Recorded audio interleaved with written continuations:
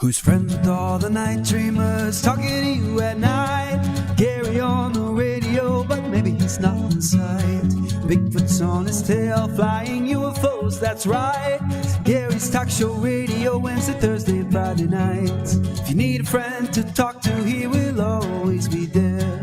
The Night Dreamers talk show will fix your despair. If you want to talk conspiracies, Night Dreamers is for you. Top secret case, alien space, it's Gary with the news. Tune in on the radio, don't let Big Brother know. They're listening to everything, even Gary's late night show. If you need a friend to talk to, he will always be there. The Night Show Dreamers talk show will fix your despair, because Gary's talking to you at night. Night Dreams Talk Radio is bringing you the biggest guests in alternative talk radio. Over 260,000 YouTube subscribers and just as many on streaming apps. But here's the deal. We're more than just a show. We're family. We take your calls, we talk about what matters, and we need your help to keep growing. For just 99 cents, you can be part of something huge. Go to YouTube, subscribe, hit the bell, and most importantly, hit join. Let's make Night Dreams Talk Radio bigger and better than ever. Real Talk Radio. Support it now. The views and opinions expressed by guests on Night Dreams with Gary Anderson do not necessarily reflect those of the Night Dreams Talk Radio Network, its hosts, staff, or sponsors. This show is for entertainment purposes only. Listener discretion is advised. Well, JC, how are you doing? Doing good. My mouse left my computer. I had to find it there for a second. But yeah, doing much better. Hope you're feeling a little bit better too. Yeah, well, I can't believe it. Had COVID now 4 times. And I tell you, since COVID first came out, I didn't think COVID was going around a week ago. Guess what? I came down with COVID. And I just, I couldn't even do the show the last couple of days. And here I am tonight, barely making it. But you know what? One of the most fabulous actresses I've ever, viewed on TV and the movies is on tonight. You know who that is? I do. As a matter of fact, she's one of my favorites too. I love her in all the old Western series because I watch all of them just like you do. Yeah, and the game shows, Ruta Lee. She's our guest tonight. We're going to talk to her a little bit, what it was like, doing stuff like one of my favorite TV shows. Still today, every morning when I get up, I go onto the cable box, and guess what I watch? Rawhide with Clint Eastwood. I watched them front to back 3 or 4 times, all 7 seasons myself, believe me. I think it's one of the best TV shows that ever came out. It doesn't age, other than, I have to be honest with you, their backgrounds kind of sucked. Well, at least it was a black and white, helped shade it some. Well, they did a lot out in the field, but, a lot of it was done in the studio, and I can tell you, those mountain ranges kind of look the same from show to show. Yeah. At least it was better, the background than the Gunsmoke. It was pretty fake a lot of times. Well, Gunsmoke actually built a town. Yeah. Yeah, they did a lot of, in good weather, they did a lot of filming in that town. And that town, you can't go to it anymore. It's on private property. But part of it is like the tavern, and a few of the things are still there. Yeah, matter of fact, it was on 20 years. Matter of fact, the bartender, Sam, he played Frankenstein, one of them old Frankenstein movies. Yeah, let's find out some information about our guests. Yeah. Recently, the legendary actress Ruta Lee, 7 Brides for 7 Brothers, Funny Face, Witness for the Prosecution, received Lithuania's highest honor from former President Valdas Adamkus at a magnificent ceremony in the Vilnius Presidential Palace. And this past week, Ruta Lee was presented a new honor by current Lithuanian President Gitanas Nauseda and First Lady Diana. Ruta Lee's famous Hollywood estate served as the perfect backdrop to receive a visit from Lithuanian President Gitanas Nauseda and First Lady Diana, with Lithuanian Ambassador to the U.S. Audra Plepyte in attendance. The President and First Lady remarked on how a visit to the estate gave them the rare experience of Hollywood's golden era, as it's the former home of entertainment icons Rita Hayworth and Orson Welles. In addition to the Hollywood luminaries that were imagined to have gathered at galas in the estate's palatial living room, or having dinners of 20 or more in the dining hall, as well as the thought of Ms. Hayworth and Mr. Welles themselves making an entrance on the grand staircase, it's like stepping back in time, as mental images of Citizen Kane come to mind.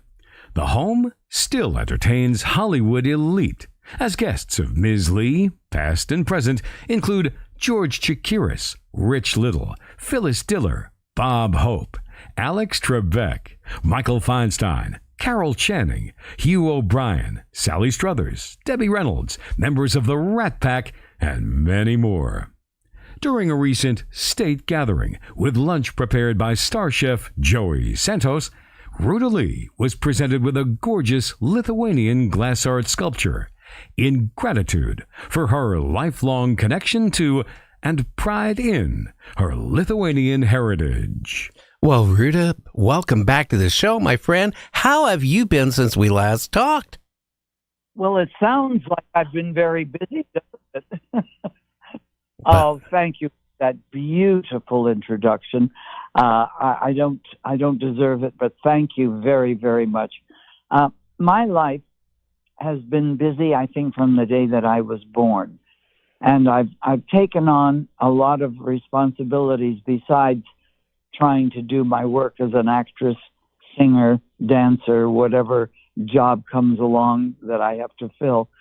I am very involved in charitable works, and Debbie Reynolds and I were the head mothers, and she left me alone now with it, of an organization called the Thalians that I'd like to talk a little bit about, because the Thalians raises money for mental health.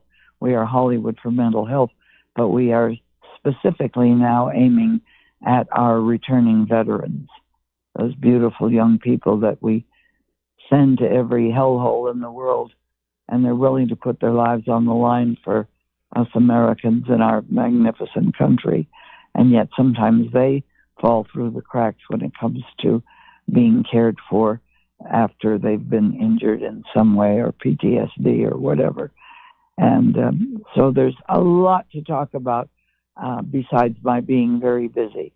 And I'm just hoping that you, dear Gary, are really sharing some of the rather horrific experiences that you have had health-wise, so that people can learn from what you need to do to make things right and make things right for themselves. Well, that's the whole thing. People think they can live forever. They don't think about, what could happen. And, I was one of them.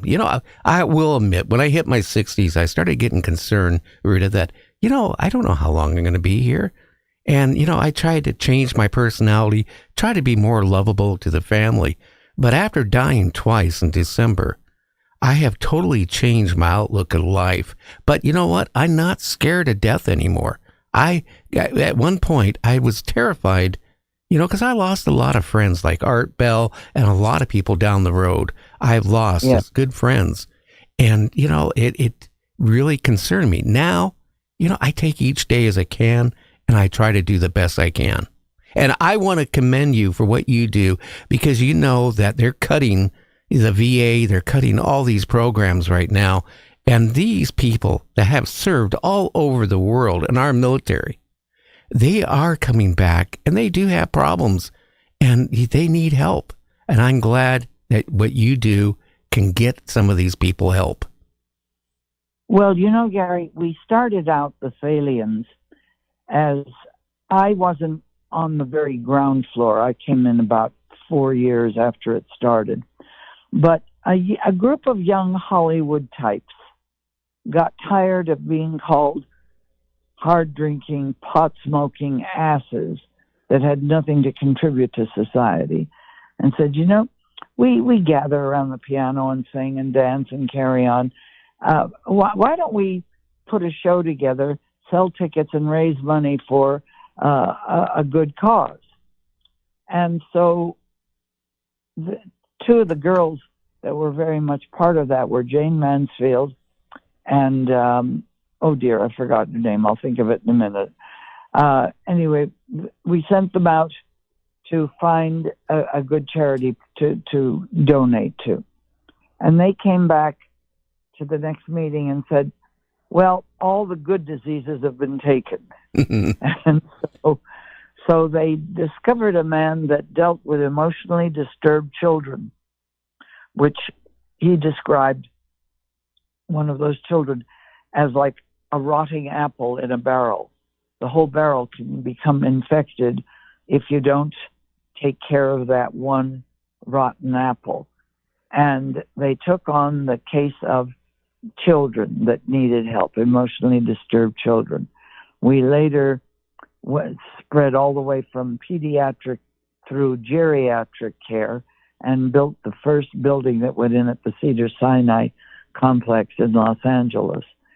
And we raised millions and millions of dollars for mental health, all by honoring great big, huge stars of screen or stage, screen large or small, television or film.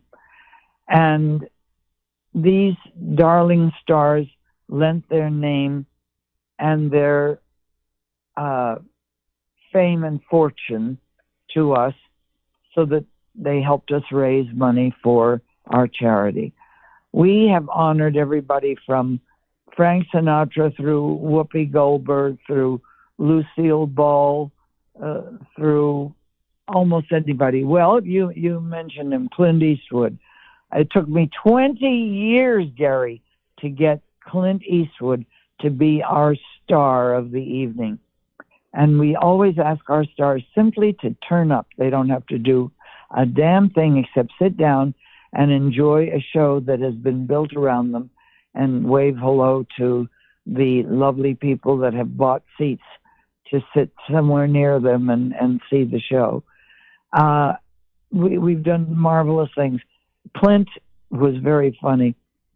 I'm not kidding that it took me 20 years. I'd call him every other year and say, come on, do it. No, I can't. I have to be in New York, or I have to be in Africa, or I have to, whatever. He couldn't do it. And I finally called him one day and I said, listen, my birthday is coming up and I need a gift from you. I want you to be our honoree this year. And he said, all right, my birthday is the day after yours. I'm May 30th. He's May 31st. He said, you give me a birthday present and tell me I don't have to come. But he turned out to be one of the best guests you could possibly hope for. And I am so crazy about him. And I worked with him years ago on that wonderful show you mentioned, Rawhide. I did several of them, but the one that I really loved is the one where we supposedly were married. We both got slightly sloshed. Yeah, I remember that. Were hitched by somebody that didn't really have the authority to hitch anybody. But it was such fun. And Clint, of course, was married to a marvelous gal at the time. And so we just became buddies. But I did date a couple of times, and I liked him very much, the other star of Rawhide, which was Clint Eastwood. Eric Fleming. Yeah. And he, I don't know if you're aware of this, met a terrible death in South America somewhere. A friend of mine was in a rowboat with him working across a stream subway, and something happened, and Eric Fleming went into the water, was swept away, and was never seen again. And they think it was piranha. Oh, wow. Now, how do you like that story? Now, isn't that horrendous? And he was the best-looking guy and the funniest, had a great, wonderful sense of humor, and, was one of those wonderful actors that I appreciate that doesn't take himself seriously, takes his work seriously, but not himself, and was a great guy to go out with.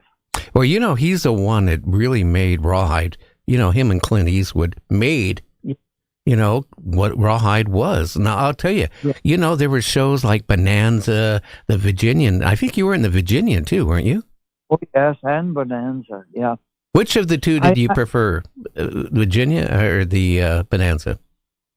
Well, I particularly liked this Bonanza that I was really proud of. I played a lady who drank a lot for good reason. I mean, she had reasons. Her children had been killed in a fire. And it was a wonderful role for me.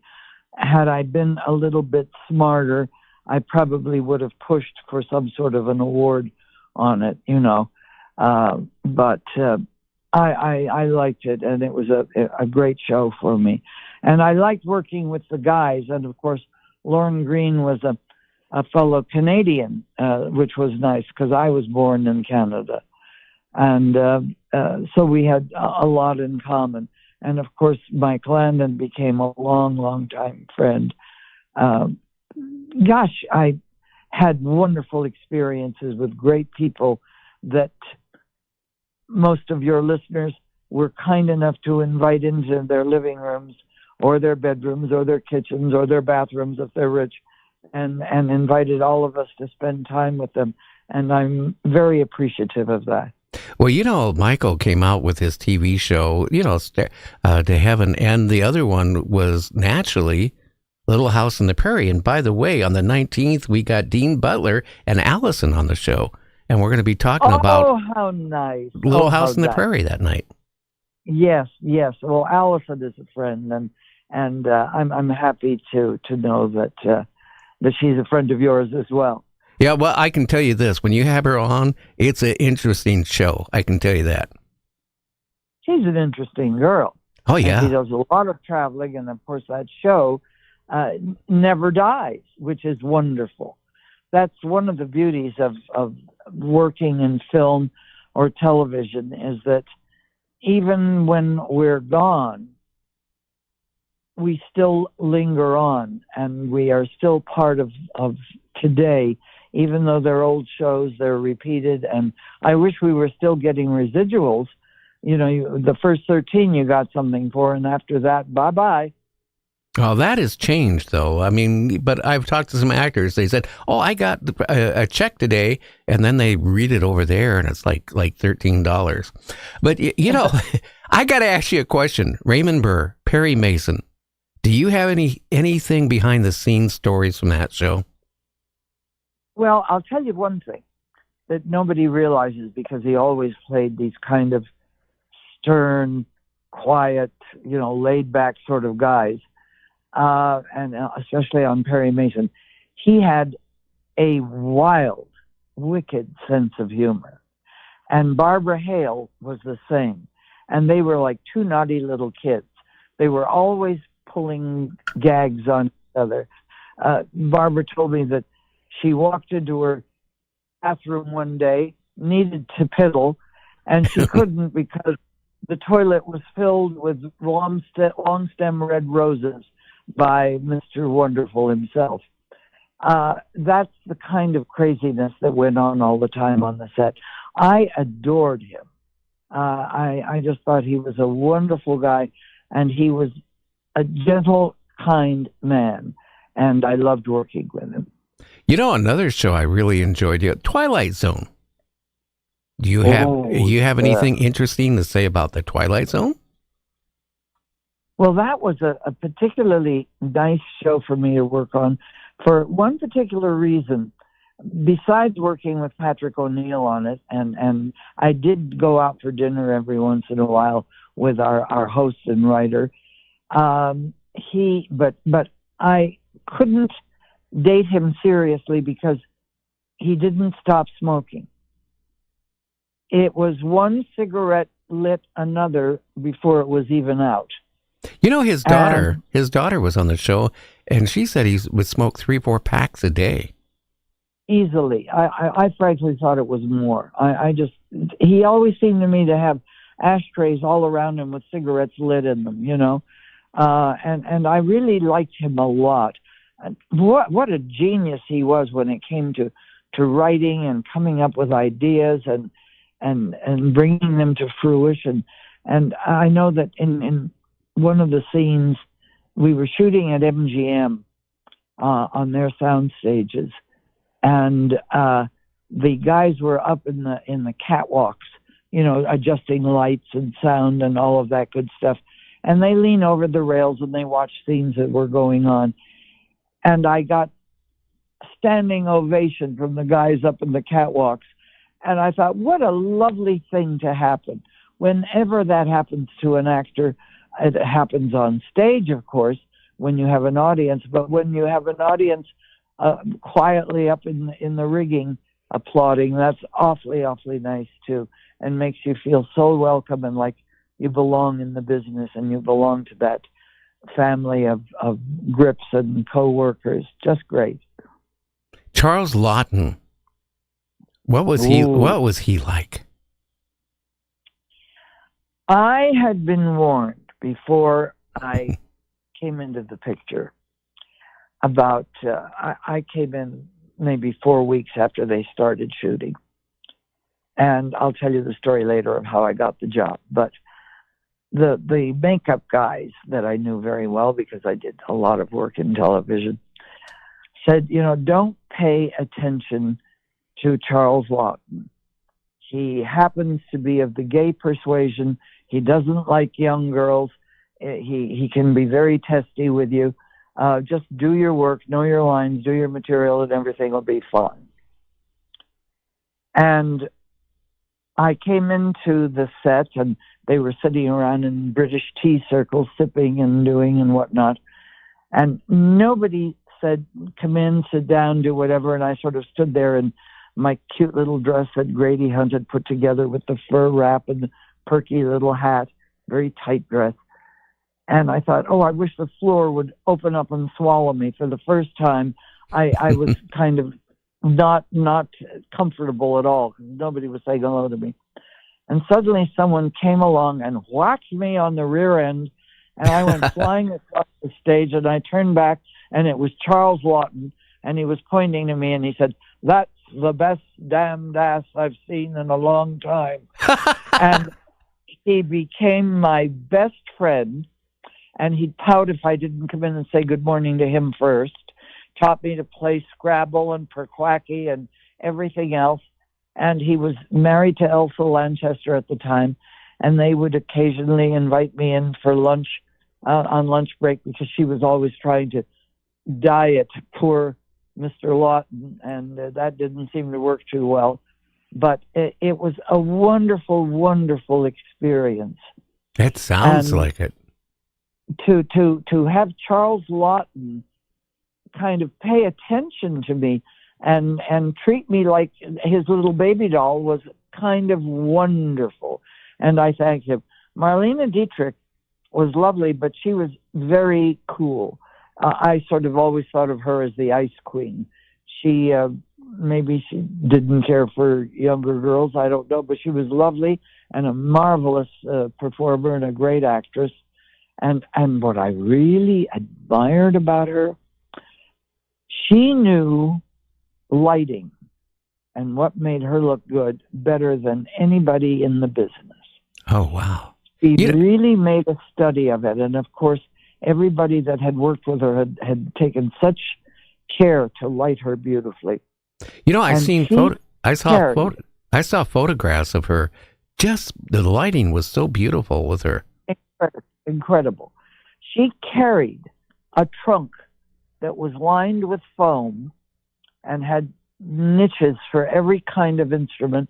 And she'd say to the photographer, "I'd like a little inky dinky," they had names for all of these things, to come under my chin to, lighten it. And he'd say, "No, we don't need it. We don't have one. You don't need it. You look beautiful without it." And she would go to her little box and pull the thing out of the trunk and give him an inky dinky. She really knew what she wanted, and she demanded it, and she got it. And all I could do was say bravo for being that kind of person. I got a question that's really eating me. When you got slapped in the ass by Charles Laughton. Yeah. Okay, what was in the first thing in your mind? Well, the first thing was, who the hell did that? And then I turned around and it was Lawton. I gasped, because it was the last thing that I would expect from Lawton, especially after what I'd been told about him. And to have him standing there with that scowly kind of face of his and say, "That's the best Valdas I've seen in a long time." All I could think of was, thank you, Grady Hunt, for that skin-tight dress that covered my tiny little rear end. Boy, Hollywood back in the heyday, going from the 40s, well, let's be honest, 30s all the way, I would say, to the 60s, and that's when it started changing. But here's another person I really want to get some information about that you hung around with, Frank Sinatra. A lot of people don't realize, they remember the Beatles, they remember Elvis Presley, girls throwing their underwear towards them, but people don't realize when Frank Sinatra started out, he would fill up the auditoriums just as much as Elvis Presley or anybody else did, and girls were fainting and going crazy over him. What type of person was he like? Well, I have a lot to say about Frank Sinatra. To me, he, in many ways, was an angel, the right hand of God, simply because he was probably one of the most generous people on the face of this earth, and certainly the most generous person I have ever known.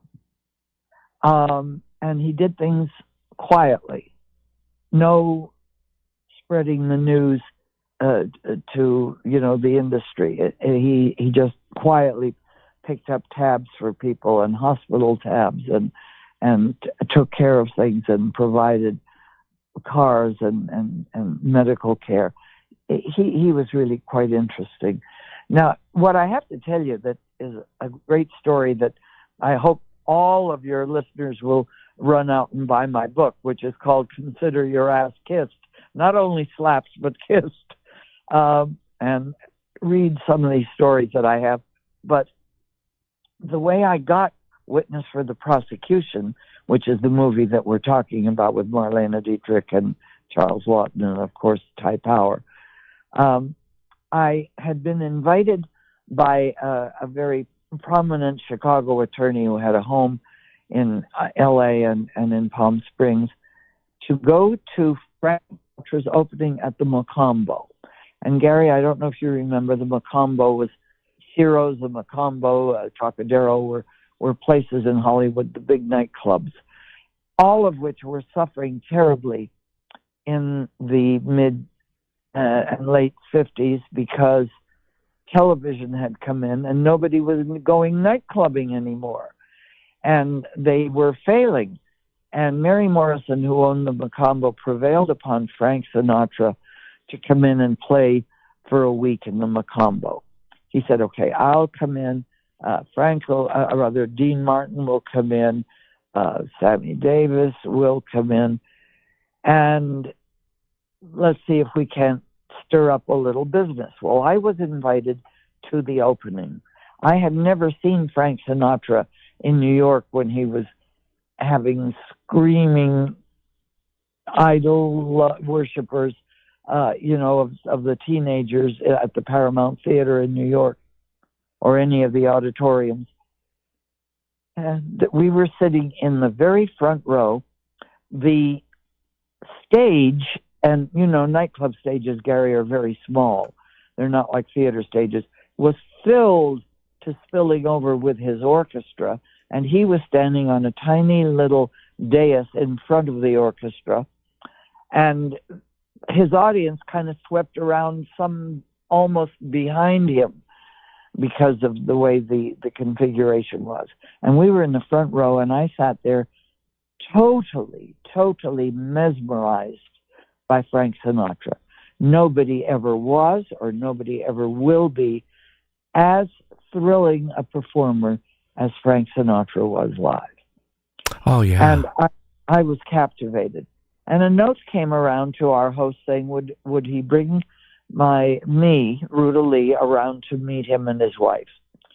So we went around behind Frank Sinatra after the show was over, and he introduced himself and said, "I'm Arthur Hornblow Jr. This is my wife. I am producing a film called Witness for the Prosecution. And I have just given you a most unique screen test. I watched you, Miss Lee, watch Frank Sinatra, and I think that you would be a very good love interest for Tyrone Power in Witness for the Prosecution. Well, When can you come in and meet Billy Wilder, the fabulous Billy Wilder? Oh, and I wow. said, hell yes, is tomorrow too soon?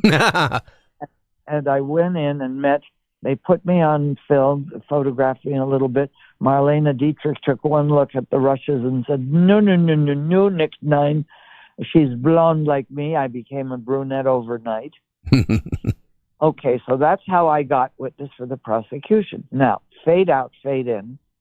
Anybody who knows anything about Frank Sinatra knows that his favorite thing was to have a lovely big Italian dinner for a lot of guests in his home and to run a new movie. What is he running one night but Witness for the Prosecution? And he says to Howard Koch, with whom he had formed a partnership in filmmaking, hey, I've been watching this Ruta Lee broad in all kinds of television stuff, and she's in the movie tonight. What say we put her in one of our films?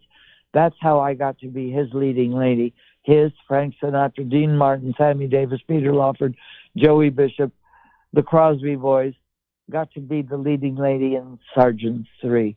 That was now, a is that a Hollywood story, or is that a Hollywood story, my friend? And only in Hollywood. Now, again, one thing you have, which a lot of actresses don't have, is personality. Now, do you mind if we take a call and have a listener ask you a question? I'd love it. Okay, let's do that right now. Okay, who do we have? This is Barb. Well, hi, Barb. How are you doing tonight? I'm doing great. I hope you're getting better soon. Oh, I feel much better today than I did yesterday. I tell you, I don't want COVID for the 5th time. 4 times, that's enough. You have a question for Rita? Yeah, well, first of all, I want to thank you for being on the show, and it's really good to hear from you again. I'm a regular listener, and I want to thank you for helping our veterans, because like Gary said, they're really going to need it. They are, and thank you, Barbara. And where are you, Barbara? I'm in Ohio. Oh, Ohio. Ah, beautiful people in Ohio. Thank you. I wanted to ask you about when you were on Andy Griffith's. I remember that show. I wondered if there was anything interesting about when you were on his show. Well, I'll tell you what's interesting is that I should have been a hell of a lot nicer to Opie, because he is one of our major director-producers now, and I'm not working for him, and I would like to be. But I had so much fun working with Andy. He had a sensational sense of humor, and he always had a guitar or a banjo or something around. And when he wasn't working, he was playing and singing bawdy songs some of the time. And it was just such fun doing the show. I did several of them and always look forward to working with him. He was a lovely gentleman. I went up, I guess about 3 years ago, to the big birthday bash that they do up in Mount Airy or wherever it is. And it was fun. And rode in the parade and met a lot of people that were regulars on the show. And it was such fun to see so many people come into, I guess it's North Carolina, and come in and spend time and visit with all the people that had been on the Andy Griffith show. What a lovely, lovely experience. And it seems to go on. And isn't it nice that a show made that many years ago is still being seen and played and enjoyed every day? Oh, I love that show. Well, Barb, thank you for calling in. Thank you. Oh, yeah, Thank Barbara. you very much. Okay. God bless. Have a good weekend, dear. You too. Now, what have you been doing lately? Well, lately I have been doing my nightclub act. And just this last weekend, I played in the Purple Room in Palm Springs, which is one of the good saloons in the country, a great dinner club and a pretty room. And on my birthday coming up, May 30th, I'm going to do a show, and I've asked some stars to join me, people like Ann Gillian and Joanne Worley and Bruce Valanche and people like that to join me and raise money for the veterans. That's exactly what it's for.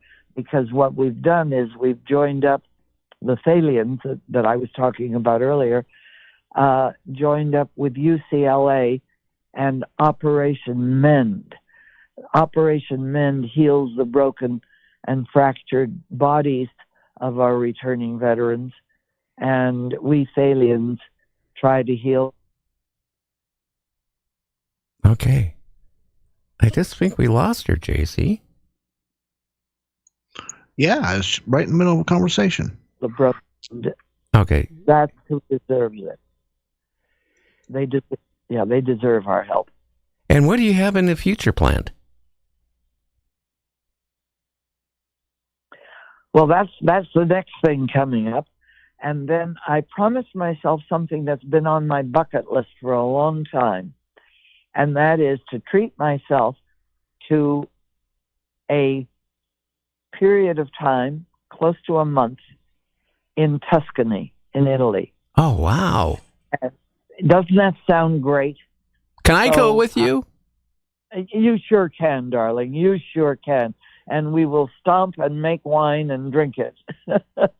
Do I have to wash my feet first? Hell no. That's what adds flavor. Okay. You remember Lucille Ball? You know, she did that one routine where they, were stomping wine in Italy with their feet. How well I remember. Lucy, of course, wound up being a very good friend, and we were close for a lot of years. And, of course, I still see little Lucy in Palm Springs, where she lives now, and she plays the Purple Room as well. And so I go to see her. She comes to see me. We are also very nice friends. And her husband, of course, is also a fabulous actor, writer, producer. He's a little bit of everything. So it's nice that Lucy left me her daughter to be a friend as well. Again, I really, like I said, TV has changed so much. And, again, you had the opportunity to work with some of the biggest stars. In fact, we got another call. Let's take this call. Okay, who do we have? Hello? Hi, you're on the air. Hello? Hi, darling. Hello? Who are you? This is What's your Trudy. name? I'm curious what actor or famous person have you met that you were starstruck by? Can you tell us about it? And did you get a chance to work with that person? And what was that like? I'm sort of starstruck by everybody, except that you find out that most everybody, including whether it was Bing Crosby or Dean Martin or Sammy Davis or Lucille Ball, that they're all very human, funny, wonderful people. I have been dazzled by all the people that I've worked with. Whether it was Ray Milland or whether it was Ann Baxter or great stars. And I sort of feel like the stars that we have now don't begin to have the glitz and glamour that the old-timey stars had. And maybe it's because we didn't have 600 or 3,000 television stations to tune to with stars on them. Stars were built and cherished when the movie industry was handling and had people under contract. So it's hard to say. I loved everybody. I guess Frank Sinatra was the most glamorous of all the people that I ever didn't even know and got a job through. And then when I went on location in Kanab, Utah, it was Sergeant 3 was a remake of Gunga Din, which you've probably seen, as an American Western, with Sammy Davis playing Gunga Din. Anyway, he turned out to be just the sweetest, nicest, most generous guy. And I have to tell you, darling, that I didn't have an affair with any one of them. Think of the book I could have written if I had, but I didn't. Well, you could still write the book. You could that's write. True, I could lie. You could write the book. Everybody I didn't have the affair with. How's that? There you go. But they all treated me like their kid sister, and took very good care of me. But I was the one that was the boys would party after working, and I would get sent home after dinner. So that goes to show you the kind of treatment that I got. But oh my, what a fabulous experience it was to be with those guys and laughing on the set every day. It was just great. Hey, Rita, our time has gone by so fast. Is there anything you want to say to the audience out there? Well, I just so appreciate anybody that turns on a television or radio set when I'm on, or goes to a play to see me. I appreciate being kind of kept in mind and in heart. And I always say, listen, if you have any way of supporting the Thalians, do so. If you have a prayer or two to throw up for me, I can use it, because I too have to watch my health now, like you, Gary, because as I told you, I've had a couple of strokes, and that's a scary thing when that happens. And all of a sudden you find out you aren't made of steel, and you do have to take care of yourself and cherish what God has given you. So I thank you all, listeners, for being my friends. If you have a way of supporting the Thalians, please go to the Thalians, THALIANS.org, not com, but org, and read all about it. And Debbie Reynolds, my best friend, who has now gone on to meet her maker, will be smiling down and saying thank you as well. But thank you for letting me share your audience, dear Gary. You're a dear, dear, lovely man, and I'm so glad you're feeling better. And Rita, maybe we can get you on in the future again, because you know what? You're a friend that I really enjoy bringing on the show. Thank you. And God bless you, and God bless America. You take care, my friend. Thank you. Uh-huh. Well, JC, you know what we got next? We're going to be talking with Glenn Strickland. We're going to be talking about UFOs and all that. You know that. Yes, Glenn Steckling is going to be coming on talking about, there's all kind of things going on in the field of ufology. So listen, he's got some stuff he wants to touch on.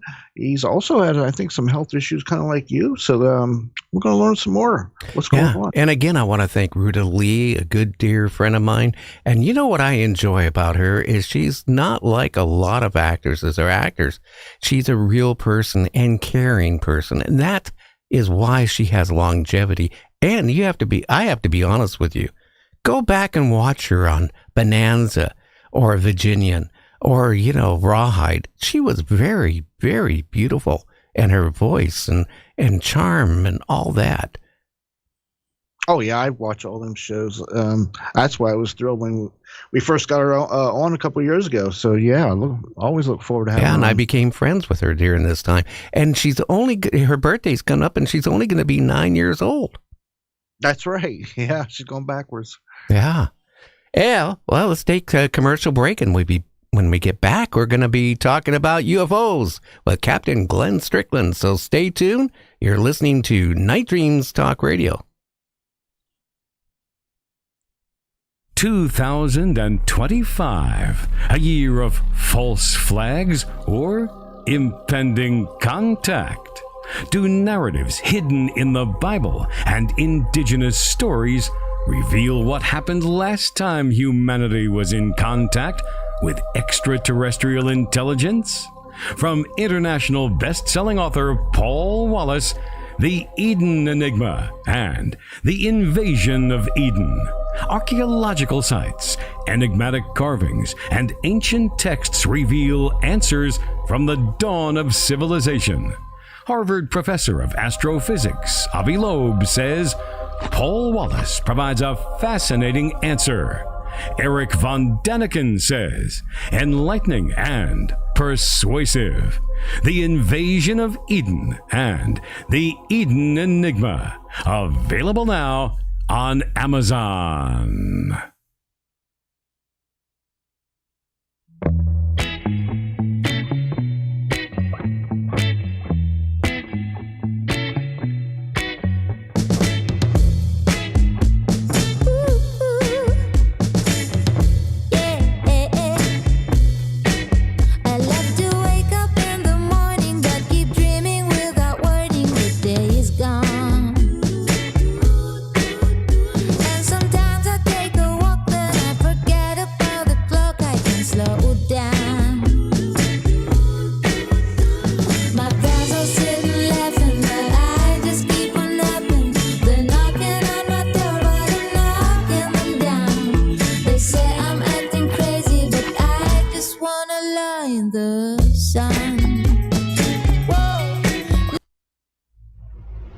Diving into the headlines of the mysterious and unexplained, this is The Unseen News with Guy Ticker, where the extraordinary is just the beginning. A woman has claimed to have filmed UFOs in the sky over Devon, England, and said the mysterious flying objects moved like nothing she had seen before. She said, and I quote, I filmed the UFOs. They moved like nothing I've ever seen. Close quote. Denise Betty took the video after she noticed a number of lights in the sky while leaving a car park in Clearbrook in the morning.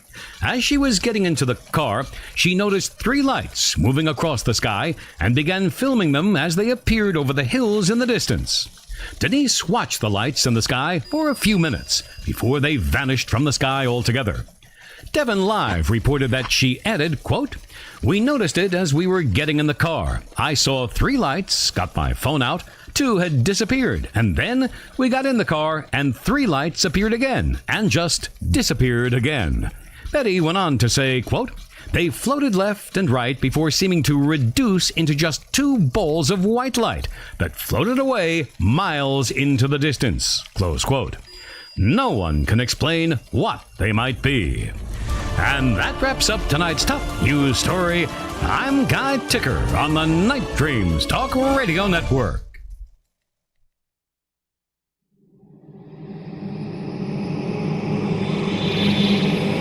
They are here.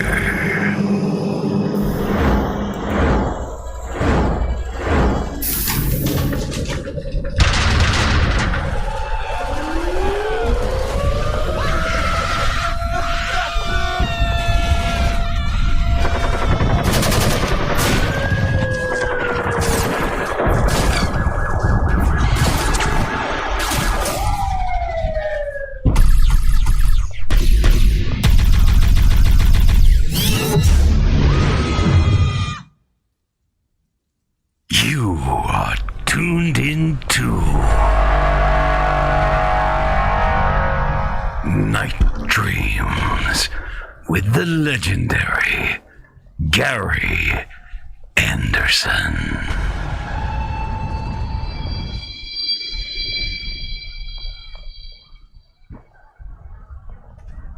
Captain G.S. Steckling is the curator-director of the 60-year-old plus George Adamski Foundation, Space Voyager, LLC, one of the oldest enduring worldwide UFO organizations in existence. A university graduate, veteran 30-year airline pilot, retired with more than 23,000 hours of flight time across the globe, also an amateur astronomer, author, and lecturer, he emphatically shares his extensive UFO experiences and history. Upgrading his father's 1981 book, We Discovered Alien Bases on the Moon, into Book 2 in 1997, and extensively adding to the Adamski book, Behind the Flying Saucer Mystery, Book 2, republished in 2015, he continues speaking worldwide while maintaining an extensive UFO archive and research program. Well, Glenn, how are you doing on the 5th of, April? Well, every day goes on. You do the best one can. More importantly, how are you doing? About the same as you, actually. We should be relatives, I'll tell you that. Yeah. Well, as one gets older, things certainly change. Well, I can tell you this: I'm not going to run around the block under Ruta Lee, trying to chase her anymore at my age. No, we've all got other things that we should prioritize. Well, what is going on in ufology lately? Because you know what? Again, what's going on in Washington, D.C. right now, I think we're not going to hear much from anything about ufology for a while. I think people are now got to be focused. They're going to be focused on the economy, everything else. But, I'm not going to mention the doctor's name. But I'm telling you, there's a lot of people out there spreading. I don't know what's going on anymore.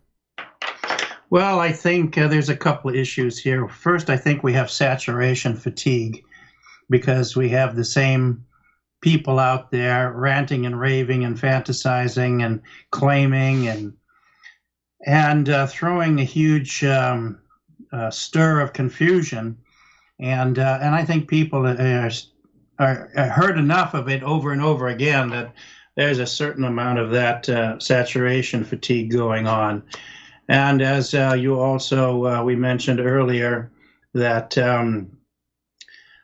that there's issues that have no basis in fact, and so therefore it becomes nothing more than a repetition of fantasy or sci-fi or what have you.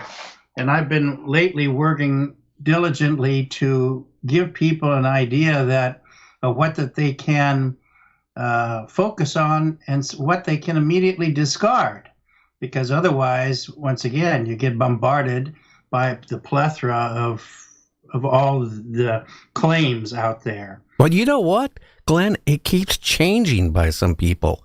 I mean, it's like every month it's something different, and it's always going to be in the next couple weeks. Oh, this and the next, and and after a while, they don't realize they're burning out the whole subject.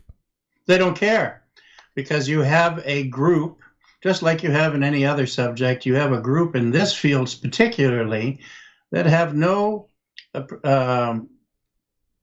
shall we call, morals on whether they will exploit or destroy this subject for their own potential profit and gain.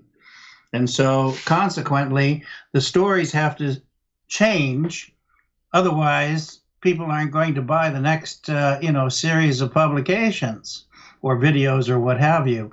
And so, they if you look back long enough, as I have had the fortune to be involved in this subject, you'll see that this all comes in cycles, in a circle, back over and over again. The stuff that they claimed in the 60s and 70s, something changed in the 80s, then they went back to it in the 90s. It's just, they don't have anything tangible. And that's the issue here.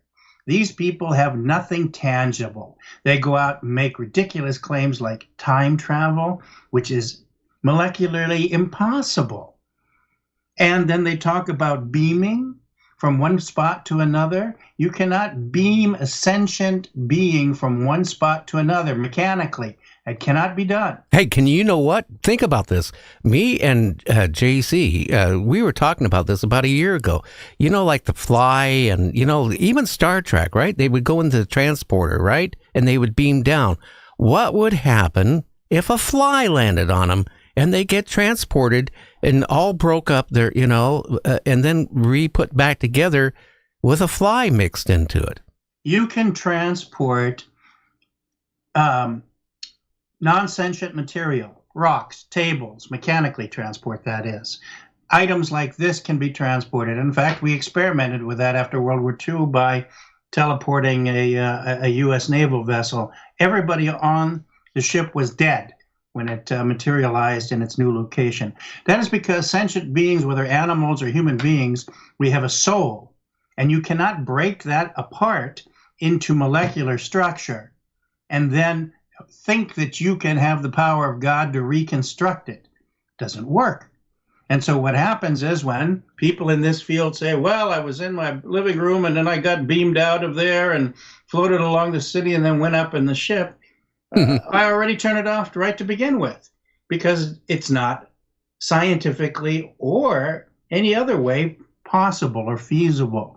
Then you have people who are claiming about shape-shifting. Oh, I saw this and this, but it changed to this and this, and I can't show you this because it may be a chair now or a rock or a couch. And they make these kind of outlandish claims. And so people need to be able to find a foundation upon which they can look at this subject and discover some reality and some actual fact and material. And so that's what I tried diligently to do when I released my last book, The UFO Reality, Can Truth Prevail? And now it's being published in, 4 countries and 4 languages.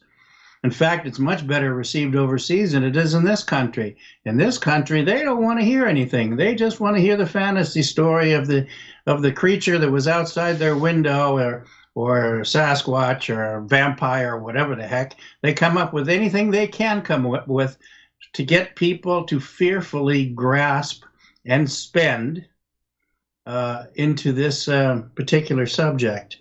You know, I recently had an interview from Italy, and they gave me a question and says, this gentleman said, well, he interviewed academics and psychiatrists and scientists and all these people, and they all claim that we are ready for the truth. And I said to him, are we really? I mean, when I look at the world, we're ready for nothing, not a thing. The simplest notion of free energy, which propels their ships and their civilizations, this idea alone totally wipes out our economic structures, our markets, our military-industrial complex. Every person would suffer the consequences of that change. And everybody says, well, I'm ready for change as long as it's on somebody else's plate. But they're not ready for change if they too have to change as well. And so that's why, as we discussed before, disclosure is nothing more than a fantasy, because we are not going to ever tell the people the truth because we can't afford to. Well, what we will do is we'll mix it, and so it will be incorporated into the present dogma. It's like the Kennedy files, right? I mean, it's no secret who the heck all was involved in the assassination of Kennedy. I mean, there's plethora of material on it, and it's provable. But yet, are we going to actually hear something else besides Oswald out of the new litany of files and papers? Because let's face it, if they want the monkey off their back, they'll just pick the files that they want to give you and redact them the way they want to, so that you can believe the same old ridiculous stories. Well, they're not going to tell as the UFO field. They're not going to tell the truth. That's the whole problem. That's right. If you have anybody, a government or even a person who has lied for a long period of time, you think they're going to come clean? Governments aren't going to come clean. If we go back to Roswell, we go back to anything, back to the 40s when some of this stuff started, here's the thing. They're not going to ever tell us the truth. No, they're not. And people think the disclosure, they're going to be told the truth. And you know what we're getting is like I said, this one doctor is every month, it's a different story. There's other people. Disclosure, we're going to be told in 3 weeks. I am tired of years and years. How gullible is people to keep, thinking that we're going to be told the truth? The problem is that we want to be told what to think. We do not want to be told how to think and how to discover answers for ourselves. We want everything on this beautiful silver platter where everything is palatable and to our gourmet liking. Of course, every person is different, so that platter can't sustain everyone. And that becomes the problem. We want to be told what to think so that we don't have to bother on how to think. And this field now requires that we have to go out and you have to look at the materials. You have to look, like you said earlier on your when you started about the lady in England and what she observed and what have you. That sounds very much like an actual sighting. And so this then becomes more of a foundation. And this also is a danger, because when you think for yourself, you cannot be manipulated. And that's what world governments and all these organizations, they all fester on that notion that we have to control the people's thinking, because that way we get them to do what we want. Well, people are going to get mad at me, but I was just telling my wife today, people are still like sheep. And they are. Look at what's going on. The people are gullible. They believe stuff, and they know in their heart they're not being told the truth. But I got a lot of hate mail here last month because I mentioned about a guy in Las Vegas I had on my show 2 years ago that claims, and he has a big following on Facebook and on other media, that he can go out in Las Vegas where he lives with his video camera and capture UFOs constantly. And I said, you know what? That's not true. I did a lot of investigating on that. And here's what I found. One is that around Las Vegas, you have Area 51. You have where they detonated a lot of nuclear bombs testing, in the 50s and 60s. And here's what they do. They send out periodically to check radiation in the groundwater, and they use helicopters. I looked at some of his videos, and I got some special software. I zoomed into it. It's definitely, unless UFOs hover like a helicopter, which I was in a lot of them during Vietnam, and they have lights like for what's required for the FAA. They're not UFOs, but people, I said that, and I had so much hate mail. You wouldn't believe. The people believe that, oh my God, this guy goes out every week, every night, and gets UFOs every time. Well, people don't like a reality check, because that brings them once again into the forefront of having to think. Now, if you look at Las Vegas, it's surrounded by military bases, it's surrounded by major airport, it's surrounded by minor airports as well. It's a hotbed of flashing lights. When I used to fly into Vegas, with my job, I mean, the entire city is blinking with multicolored lights everywhere, and it becomes quite arduous to locate sometimes airport runway lights and other things like this, simply because of the bombardment of other light pollution from the entire strip and casinos and everything like that. So, but anybody who says that they can go out every night and photograph UFOs, well, why aren't they then gathering the press and the military and everybody else to these events and saying, here, look, look, look, look? Because it doesn't happen. It just doesn't happen that way. The extraterrestrial visitations these days are very sparse, and they are very purposeful. Specific locations for specific reasons. They're monitoring the planet extensively along the fault zones of volcanic rifts, the gas belts, because of the immense changes happening not only to our planet, but also to the sun and the rest of the solar system. So now, they are actively engaged with that. They're not out there to fly circus stunts for us. I mean, we really have to be pretty arrogant and pathetic to believe that these people are coming here for our entertainment. Well, they could be. I tell you, this planet would be really great for entertainment. They could be, with their popcorn and soda and that. I also just read here that the Earth magnetic core is flipped. It's going the other direction now. That was in the news a couple days ago. Yeah, there's an 11,000 year cycle, a 26,000 year cycle. The planet has a 26,000 year cycle. The sun has an 11,000 year cycle where the polarity changes. And when the two of these mathematically line up in consequent the same time frame, then you get a highly intensified reaction, geophysical and from nature itself, a reaction to these changes and planetary changes that are part of our cycle. And so it behooves us to be aware of these and not stupidly build cities on major fault zones and on nuclear power plants and nuclear material storage and what have you. We are we aren't very smart, and we like to think ourselves of that. And as I mentioned with that, the academic saying that we're ready, I'm saying we aren't ready by any stretch of the imagination. And the academics are the least of them ready, because they're the ones who are always so arrogant. Well, how come Dr. So-and-so wasn't contacted, or Professor this and this, and so on and so forth? This all becomes a environment of self-proclamation. And I have found that these people are sometimes some of the best contacts. I've known several of them that are natural scientists and have spoken clearly, but not in advanced public situation.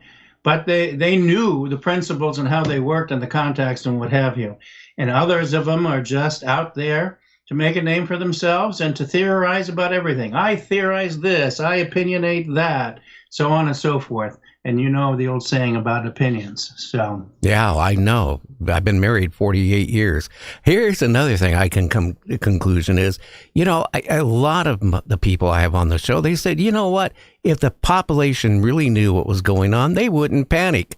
I disagree. Look what's going on right now. All these people that voted for somebody, whatever, now are hitting the streets and they're panicking about Social Security, Medicare, all kinds of stuff. They're freaking out. Could you imagine if the government came out tomorrow, Glenn, and said, we're being watched by ETs. They have a motive, or they don't have a motive, because I don't know what's going on. There is still going to be a certain amount of the population that's going to freak out. I don't care. There's people talking about... We run our system on innuendo. Nothing is based upon fact. It's the accusation of innuendo. For instance, the stock market goes down for a week or 10 days or whatever. Big deal. It comes back in a month or two and bounces back again. The history of it is very clear. But people, immediately when something changes and they once again are part of feeling that change, they go crazy. And so then they make all these wild accusations. What better than to strike the fear into the old by telling them Social Security is going away? I've heard absolutely nothing that indicates any of that is the case. But the opposition accuses that in order to rile up the people. And then they go out and start running and banging their drums and throwing their signs and scratching other people's cars and burning them. I mean, this is a lunatic asylum. Well, what do you think is really going on? Do you think we are actually being visited? Do you think ETs are friendly? Because, here's the point. We could be having friendly ETs coming and visiting us. But I just can look at humanity from Cain and Abel to now. What have we done on our planet? If, and so many of these guests I've had on, they would never hurt mankind. But what comes maybe next week, next month, next year could be knocking on the door, might not be friendly. Well, there's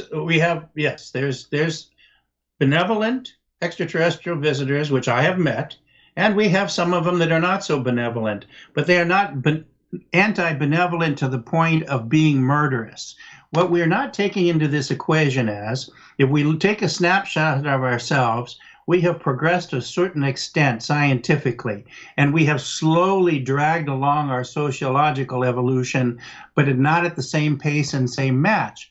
In order to travel space successfully, you require technology that's approximately 4,000 years ahead of our present condition.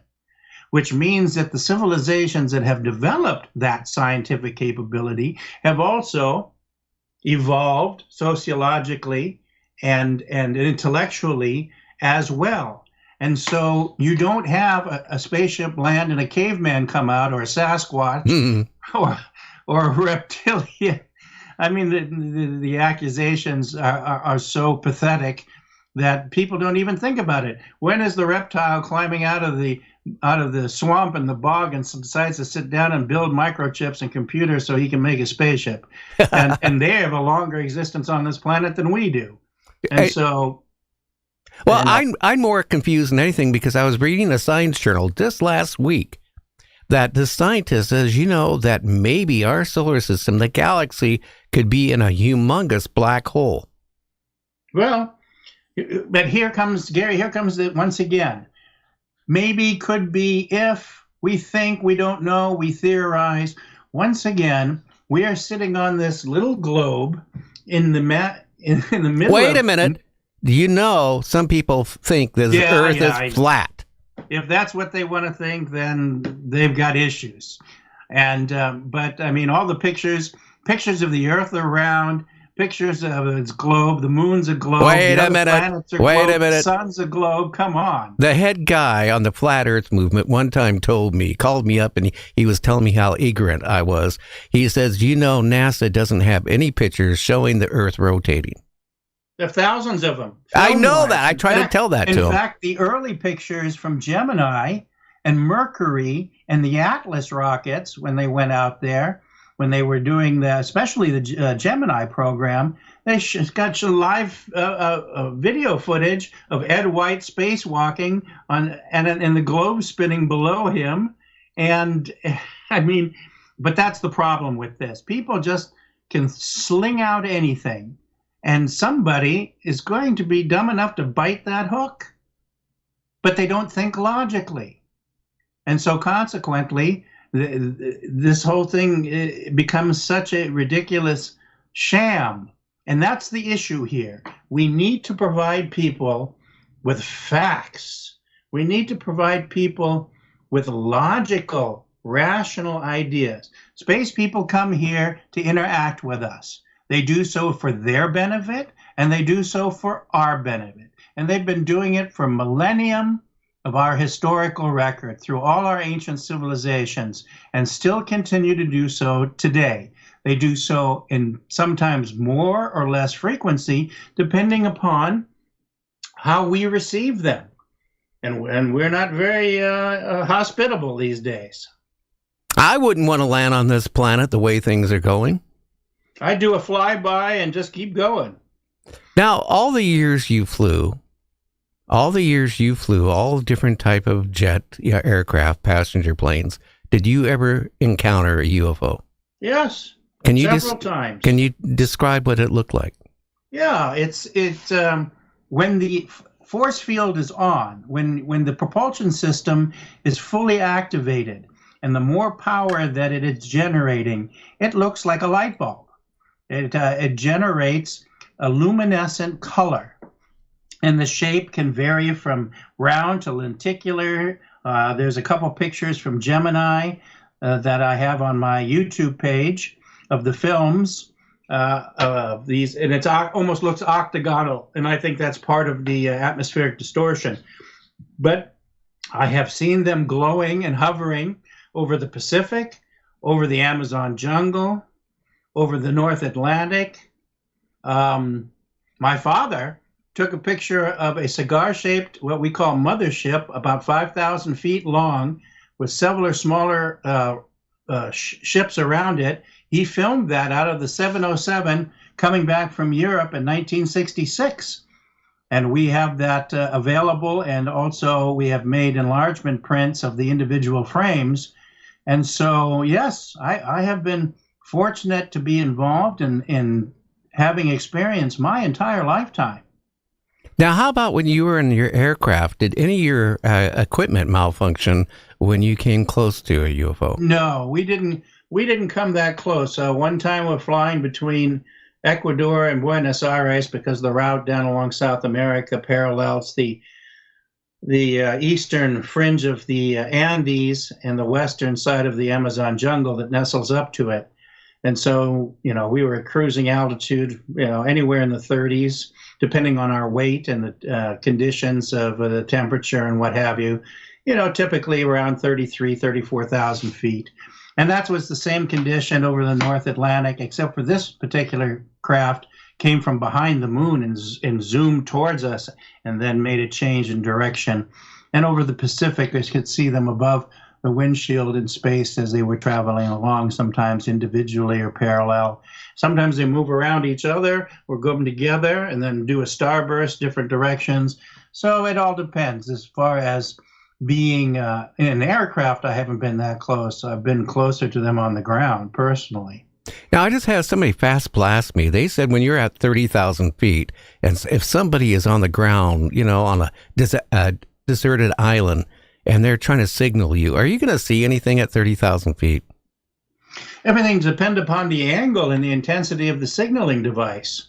When you're at cruise, mostly you're involved with other things, especially in the non-radar environment, like over the Pacific and where the deserted islands and things like that are, because there's not communications going on with air traffic control or other, things like that. And so consequently, you're in a relaxed condition where you are monitoring the FMC or the flight managing computer and the autopilot, and you're plotting your position on the charts so that you have backup in case there's any type of navigation failure. So there are other things going on. But there are times when I just put everything aside and just look down. I was interested in see how the island configuration at Midway were, and I'm always interested in what kind of nonsense we were doing at Johnson's Atoll or going over Wake Island and things like that. These all have historical value, and I took pictures with my phone camera and things like that, but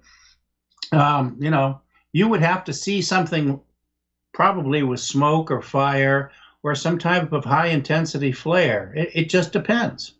Very interesting. Now, you flew a few times with the late John Lear. Yes. What was he like?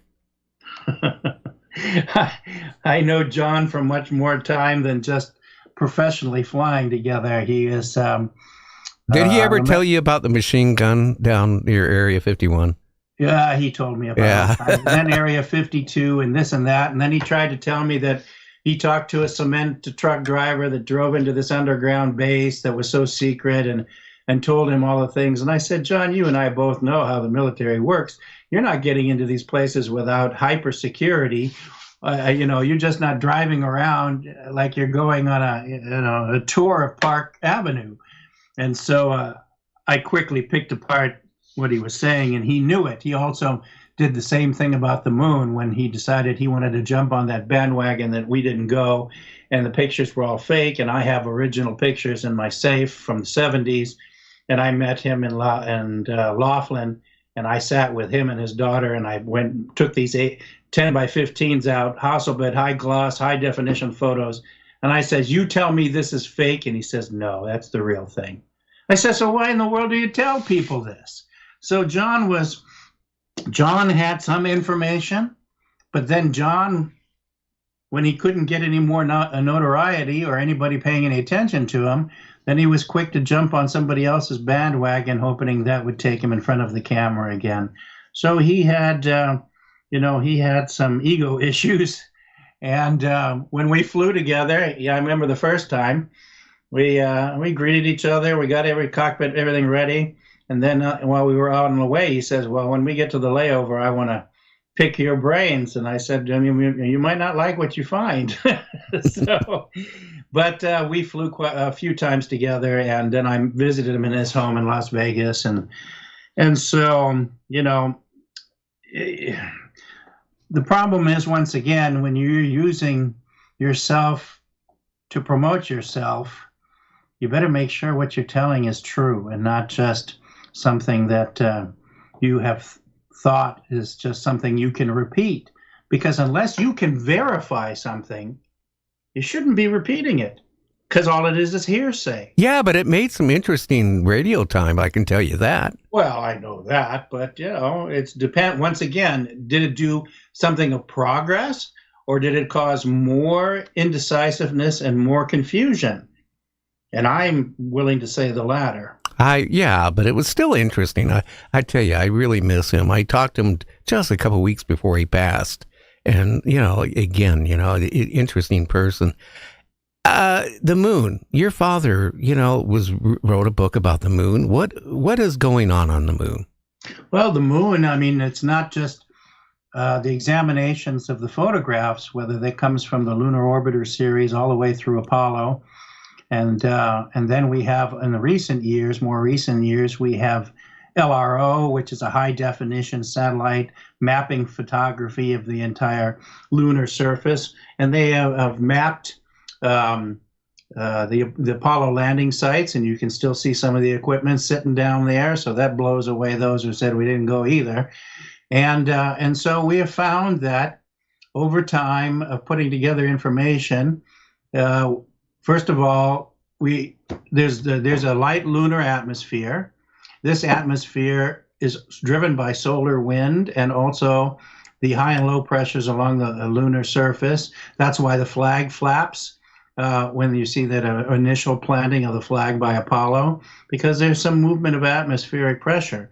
There's also areas what are called Goldilocks zone. Some people have tried really hard to disassociate that or to negate that, but the fact is scientifically it's proven that there are areas of Goldilocks zones in the lunar surface that are sunk down like craters, where the temperature at the bottom is a steady 63 Fahrenheit. And so it's like, and that is night and day. Well, that's like the temperature of San Francisco during certain times of the year and what have you. And so there's a plethora of water, atmosphere, activities such as mining, surface vehicles, both flying and along the surface. The moon is a very active place. And if you have a decent telescope, you can set yourself up to witness some of this yourself. Very interesting. Well, boy, something's going crazy here. We got a caller here. Who do we have? Hello? You got Art here? Yeah, it's not 8:30. We're not taking calls to 8:30. Oh, okay. I saw your finger pointing. Okay, and your phone's still ringing, by the way. Oh, really? Yeah. Okay. Okay, let me get out of that. And so, as we said about the moon, we have definitively maintained that not only is there an extraterrestrial presence on the moon, but we also have secret bases on the moon as well that we have established over the last 40 years. And so there's a whole bunch of activity on all sides of the spectrum. Interesting. I tell you, I was getting phone calls like a dozen right while you were talking. It's crazy. So we must have done something here tonight. Mm-hmm. So, well, I know in the UFO field, especially here in the U.S., they don't like me too much because I cut through the bull.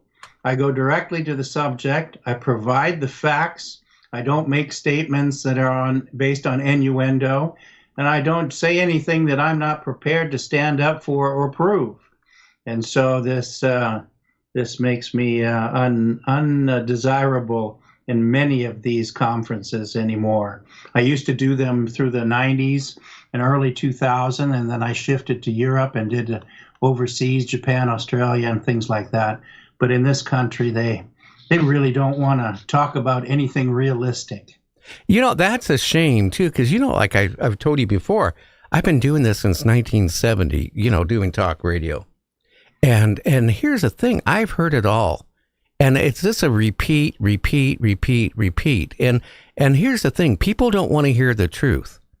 They want to hear the most outlandish, story, and then they take that as being the truth. Because they're used to science fiction. We have used science fiction as the promotional vehicle for everything that's beyond this planet.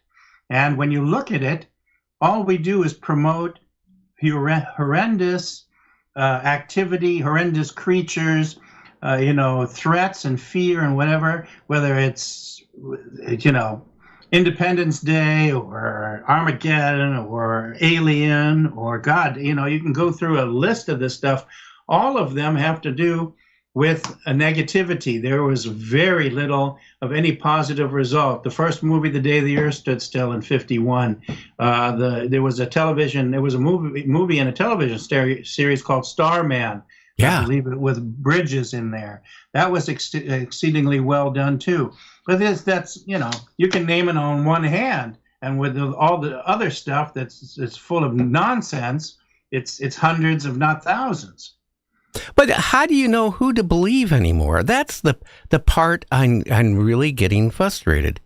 Again, there's a bunch of people on the circuit, who write books, do this, make all these claims, but they never say anything. Because nobody holds them accountable. That's the problem. Nobody says, show the proof. Give me facts that I can verify. Well, they say they can't because they signed a disclosure. Yeah. But, that's so much bull. Yeah, well, okay, I'm going to be honest with you. It's bullshit.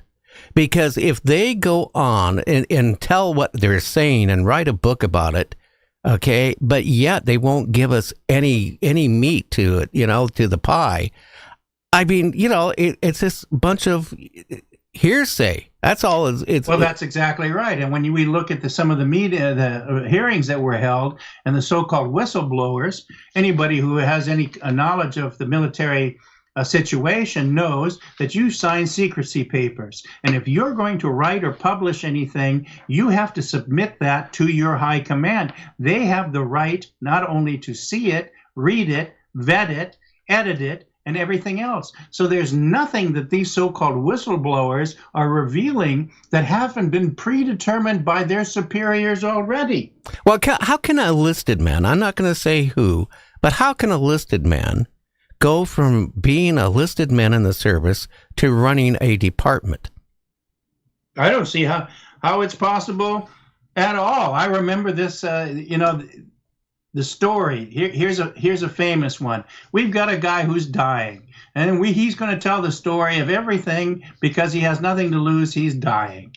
Of course, he has everything to gain, because if he continues to the particular line or mantra, then those who may be his relatives or family or children can easily become the beneficiaries of that. And so he says, well, I enlisted as a regular Joe, and I went to the White House, and Eisenhower told me he couldn't go to Area 51, but I could go in his airplane.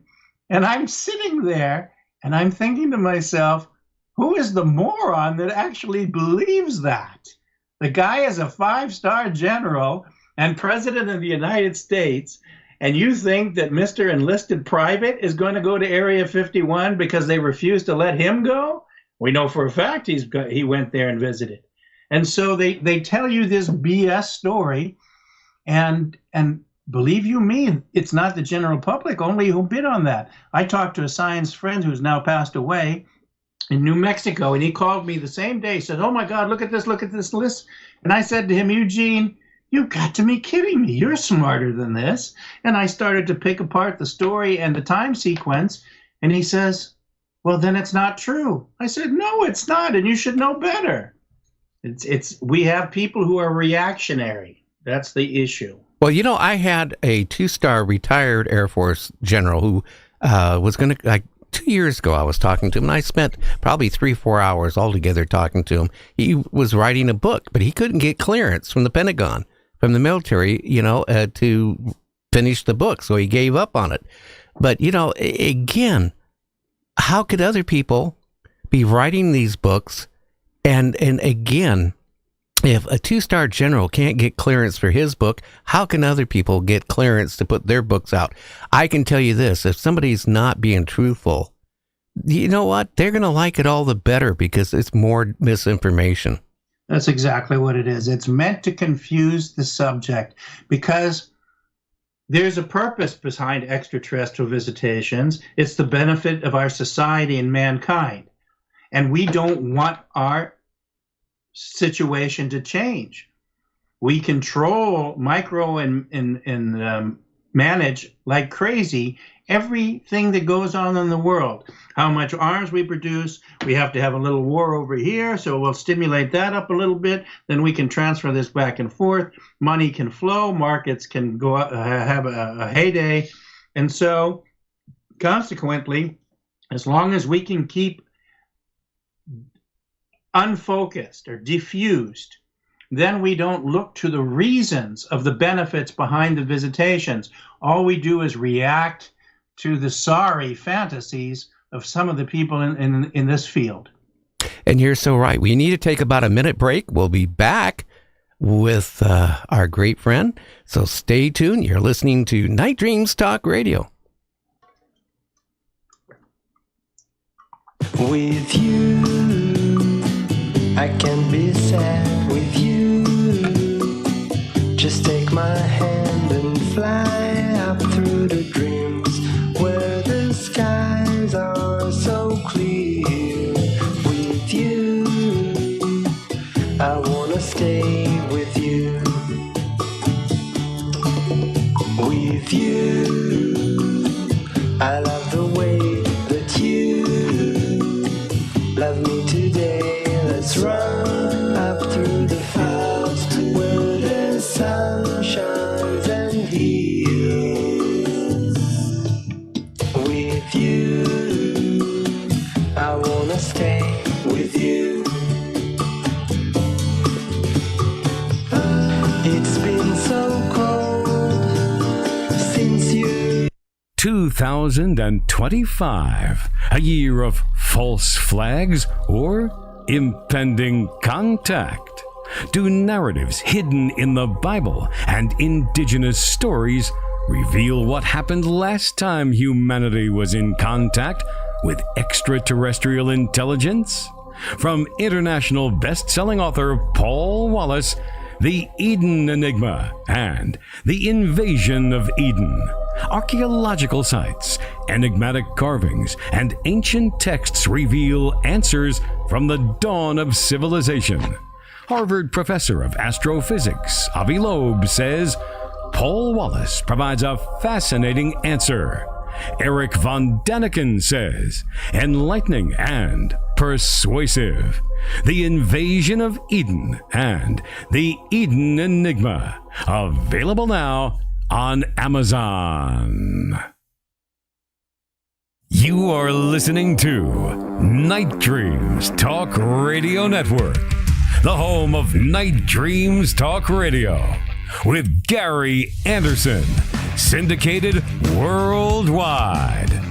Paranormal Talk Radio, like you remember. And we are back with Glenn. You know, again, you're kind of wrapping certain things up, or I'm not going to go into the reasons, but your latest book and stuff, how's that tie into your father's book? Well, my latest book, The UFO Reality, Can Truth Prevail, is 330 pages, and it's quite extensive, thoroughly researched and referenced. The first half of the book has to do with my family's intricate involvement in the UFO field, our contacts with George Adamski, the ships that we saw, the films that we inherited, and also the films we took of UFOs, our visit to the NASA Goddard Space Flight Center, invited by 22 scientists panel to look at the pictures and the photos, and then shortly thereafter invited by Colonel Freeman and his staff at the Pentagon, and so on and so forth. My father was on Voice in America, Art Linkletter, all over the world on television and lecture circuits, Japan and Europe, Australia, and what have you. And in some circumstances, I went along with him, and we had the experiences together. And so the first half of that book records and puts into print activities that happen, some of our meetings with space people and other things like that. And so I wanted to make sure that there was a historical record out there, because a lot of times people would say to me, oh, well, you so-and-so, who are you? We don't even recognize who you are. And we've been around longer than mostly everybody else. But we were around in the early times, too, when things were real, where this hocus pocus creature feature nonsense was not taken seriously by anybody in the military or intelligence community or the scientific community as well. And so times have changed drastically. The second half of the book is called A Reality Check, and it has the first chapter, and it goes back chronologically into ancient history and comes forward with the type of sightings that have been recorded in many ancient societies, from the biblical times, even earlier than that, the wheel within the wheel, the flying scroll, the flying shield. I mean, there's literally 300 or so references all through this time and through the medieval ages. And as we know from some of the paintings from the medieval ages, we have people sitting in orbs, flying through the sky, and what have you. And then I deal with the misinformation agenda that is out there, and the use and manipulation of fear, how we allow ourselves to succumb to easy nonsense simply because we don't take the moment to think things out. And also I deal with the fallacy of disclosure, and also the challenge to what we call alien abductions, because that's, I believe, one of the most challengeable ones, because nobody's traveling 100 million light years to come here and steal hundreds of thousands or 50,000 of your cows. But I got to ask you a question, too, about, abductions and stuff. There's Whitley Strieber, a whole bunch of people who claim that they have been implanted and stuff like that. I've had, the late Dr. Roger Lear, I had one of his patients on the show several times, which definitely I seen the picture of the item that was removed out of his wrist. Something is going on, or is it maybe the military? But my contention is there's a difference between abduction and alien abduction. What we're doing is we do experimentation on our own people, whether it's in our biochemical labs or our facilities and what have you, versus people who are coming from across the cosmos to do us harm, so-called, in that way. I mean, they've been coming here for tens of thousands of years, and we haven't changed any. So how many times do you need to look at a chicken to see it's a chicken? Yeah. It's ridiculous. And so, I how much DNA? I know some of the people that you just mentioned and talked about, and I wouldn't give them the time of day. Well, let's look at this. Look at what we have done. Our government has done. They have dropped radiation over cities. They gave kids back in the 60s toothpaste that was irradiated to see what it would do to their, to their mouth and all that. I mean, prisoners in prisons, they were experimented on. Military people were experimented on. How about the dumbest thing? Detonating a nuclear bomb with troops with goggles, and how many of them died from some form of cancer 10, 15 years later from it. I mean, they have experimented with humans. If anything, I think some of these abductions are our own government. I believe it's so, absolutely so too, and I'm willing to challenge those who are making these alien abduction claims, because they too are making claims in which they provide absolutely no proof whatsoever. And I remember that one gentleman that you mentioned there, in his first book, he says, well, at the end of it, I can't remember whether I imagined this or this was real. And I think the prophets determined that. Yeah, well, again, how about the people that claimed they were taken aboard a craft, opened up, prodded, had hands into them, done all this stuff. They're yelling. They're hearing other people being tortured, right? People in vats, this, that, right? And at the end, the ETs tell them, well, you know what you need to do is tell humanity that you have to take care of your planet. Now, wait a minute. This, what you just described, is the focus of so many science fiction movies. Star Wars, and all kinds of other ones of people or embryos and vats and things like that, in which we are growing mutations or manipulating mutations. This is all stuff that we have concocted ourselves, and we broadcast and promote that into people's minds. And what is, I think, the most catastrophic on it is we have no compunction about polluting younger minds so that they know nothing else but that as a base standpoint upon which to think about this subject. It should be criminal. You mean there aren't UFOs out there with human body parts and ETs eating humans? No. And they have people in vats and they're crossbreeding? Nobody's probing you either from the front side or back side. Well, No, the doctor did. 4,000 The doctor did. years worth of technology allows them to just simply take an instrument and wave it over you or put you on a table and scan you. They can take it down to the molecular structure. They can use their technology to scan you to molecular structure and know everything about you that you don't even know yourself. And so consequently, absolutely not. What we're doing is we're trying to tell people we're trying to convince people in their ignorance that you can travel to space and still be a Neanderthal at the same time. And that's absolutely bull. All I can know is that really, if they're so far advanced, how much DNA do they need? How many people do they have to go open up and prod and stick a cattle prod up there? You know what? I mean, they don't come need on. any of that. They don't need it. I mean, I and again, having people in the vats, you know what it is? It sells books. Well, it's once again science fiction. It's promoting DVDs and movies and books and these sort of things. We don't want peace. We don't even want peace on this planet between people or between groups, whether it's political groups or religious groups or racial groups. We fight tenaciously against any kind of peace. And you think we're not going to fight against those who come from outer space that may want to show us a better way of life? I'll take them anytime. Okay, now we covered this. Now think about this. Why isn't the government telling us the truth? Because they have too much to lose.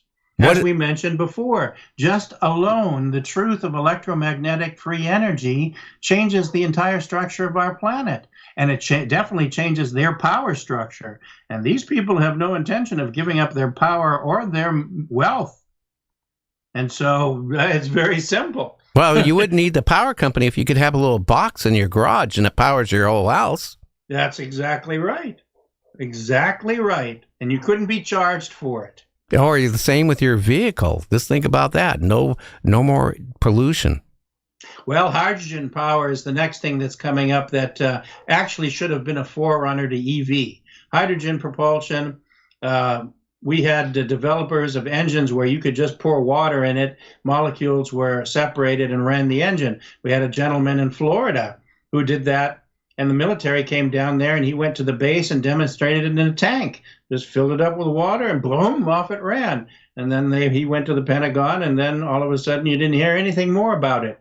But now you're starting to see a little bit more on the hydrogen propulsion front, which doesn't require $25,000 to replace the battery every 10 years, which people aren't thinking about. Well, I'll tell you how stupid they are. My daughter, I'm not saying she's stupid, so if you're listening, Trisha, I didn't mean you. But think about it. You go out and buy a car, right? And the batteries, let's be honest with you, they could last 6 weeks, 6 months, 3 years, but your batteries are going to die.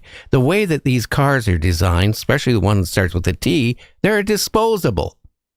Yeah. So you think you're saving all this money on gas when your batteries fail, you throw the car away.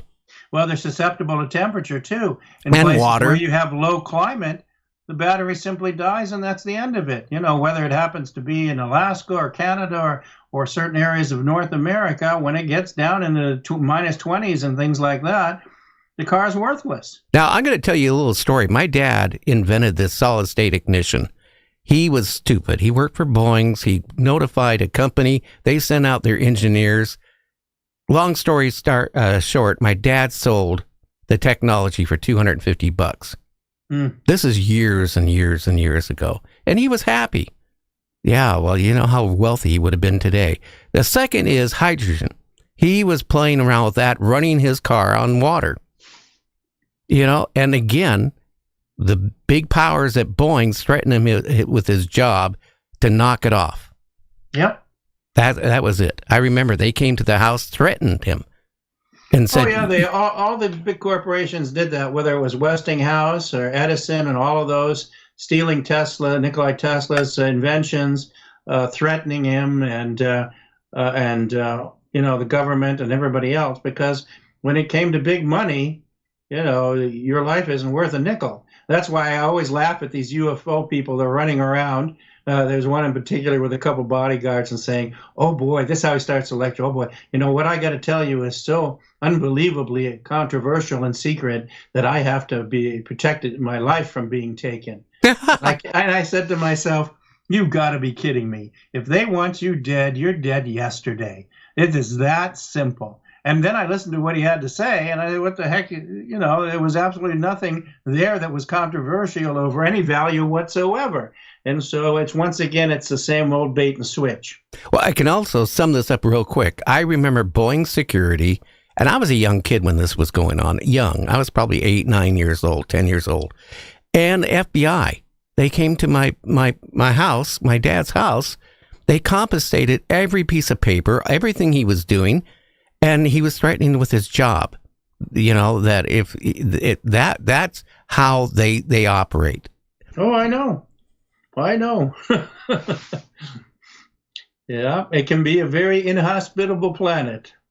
Well, again, how about all these people claiming that they were taken aboard crafts, taken to the moon, taken to this? Do you believe any of that? Some people, yes. Because I listen to what they say and how they describe it, and I already know conditions in certain areas of the moon and the type of bases that are there and the way they're constructed and protected. And so when I listen to some of this, absolutely. I have a good friend of mine who went on board and went around to a base on the backside of the moon. He described it, and it is exactly as I know it to be. So some of these people, yes, they have taken on board. They weren't beamed on board. They weren't abducted on board. They were offered a ride. And that's a big difference. And once again, these UFO people love to play semantics. Like they talk about, the ancient times, Elijah or Ezekiel or whatever. And then they say, oh, look, it says in here in the Old Testament, he was taken on board. That means he was abducted. I said, nonsense. He was given a ride. If somebody takes me down to 7-Eleven for a Slurpee, they're not abducting me. I agree with that. They're playing games with everything. What does the backside of the moon look like? The backside of the moon is a little bit, well, first of all, we have to understand that the backside of the moon is lit 14 days out of the month. The front side is lit 14 days out of the month, too. It's a 28-day lunar cycle. So the backside of the moon isn't always dark, like we sometimes ignorantly believe. It shares and splits the month between light and dark. Secondly, the backside of the moon is, since it's locked in position by the gravitational field of the Earth, the elongation of gravity that's on the front side is not so prominent on the backside. So you have a more uniform gravitational field, as much as 60% of the Earth. And I think some of the reasons that some of the other countries' lunar probes with China and India end up crashing is because they are not aware, they have not been informed by our particular space agency that the lunar gravity on the other side is much stronger, so they miscalculate the amount of retro fuel they need in order to do the braking necessary for a soft touchdown. There are more colors. There's actually, we are so used to seeing this black and gray, but when you actually see a color photograph of the moon, front side or back side, there are many more colors, greenish and brown, looks like chaparral area in the southwest. There are craters that, like one of the astronauts said, he said, looks like a clear mountain lake down there. And so it's a varied environment, not any different than here. If you go from San Diego to Phoenix, you go through coastal and then mountains and then hot desert and then sand dunes and then back to high desert. The variance of our environmental system is truly amazing. Is there water on the moon? Absolutely, and we know that for an absolute fact. That's printed and been printed for 20 years.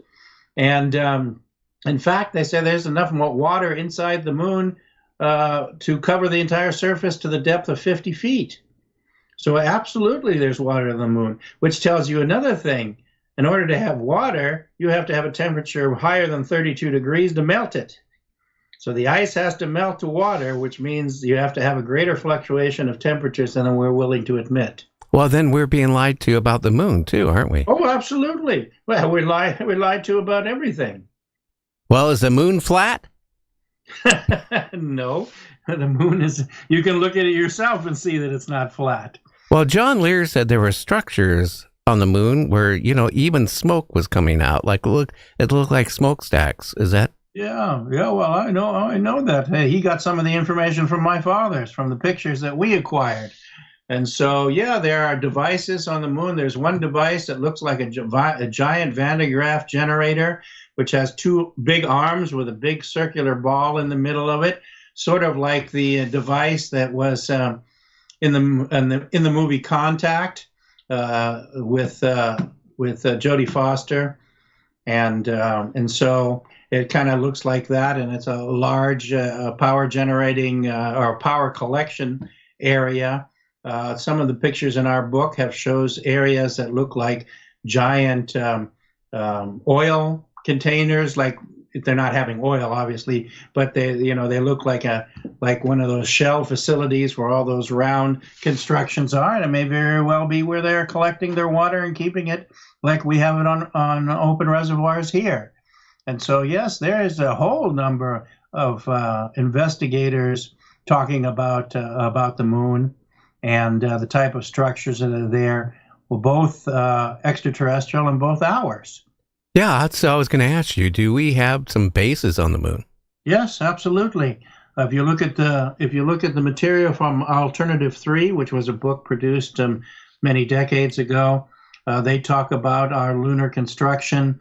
Also, Colonel Corso in his book, The Day After Roswell, talks about Operation Rainbow, in which from 57 to 67, they set up a program in order to put a facility on the moon with 20 Americans in it, and that particular project did meet its schedule goal to be complete and manned at 67. That's why some of our astronauts were really rather shall we say, upset when they found out that they were not the first human beings on the moon. That, as they said, in some of the transcripts, look at this gigantic vehicles there. These things are huge in comparison to the stuff we have. And mission control is telling them to switch frequencies and go silent and all this other stuff. And so I think particularly Neil Armstrong, it affected him greatly. Yeah, I think so too. I think it has, emotionally affected these people, because then they're living a lie. Well, it's got to be tough. It's got to be tough when you know something is so completely different from what you are being selected to promote. I mean, you're going out and going in front of schools and universities and lecture halls, and you're telling people things. And so they ended up, if you listen to them, they tell people arbitrary stuff, not too technical, not too detailed, but still inside them, they've got to know, my God, there's so much more out there that we can't say a word about. And it was reported already by Maurice Chatelain in his book, Our Ancestors Came from Outer Space, that every single space mission was accompanied by extraterrestrial vehicles. And some of them were photographed. I have some of the articles where the astronauts speak about them and they photograph them and what have you. But every single one, and they were there in order to help us out if we needed it. Now, the technology, we went up there with space. Think about it, with technology that it was like a Band-Aid. And evidently, if we would have bases on the moon, did the ETs help us create those bases? Or did we have technology far more advanced than we're led on to believe? I think we have technology far more advanced than we're led to believe. I think the reverse engineering of some of the UFO incidences, whether it was Roswell or Cape Girardeau, which was in 1941, there were several incidences in Mexico and other places earlier than Roswell. And so there's some technology that has drifted into that, and we have used it in order to make a quantum jump in our abilities. And so consequently, I think that we, to a certain extent, have built our own, and that's simply because our extraterrestrial visitors have found that we cannot be trusted. And so, thereby, they're not going to give too much that may cause some catastrophic type of aggression or changes, like the Eisenhower incident. In 1954, Eisenhower was taken to Edwards Air Force Base by George Adamski, which was arranged with one of these saucers coming down and landing on the tarmac. Looked just like this. And consequently, Ike went on board, and there was a discussion. And the discussion was that they were willing to exchange a certain amount of technology if we would halt our nuclear programs, because we were destroying the planet and had the opportunity or ability to destroy all of civilization and humanity. And Ike flat out refused to do that. They didn't want human genes. They didn't want human seminal fluid. They didn't want any of his stuff from you. That has all been garbage injected in there since that time in order to try to create a threat. Well, wait a minute. I've had a couple people.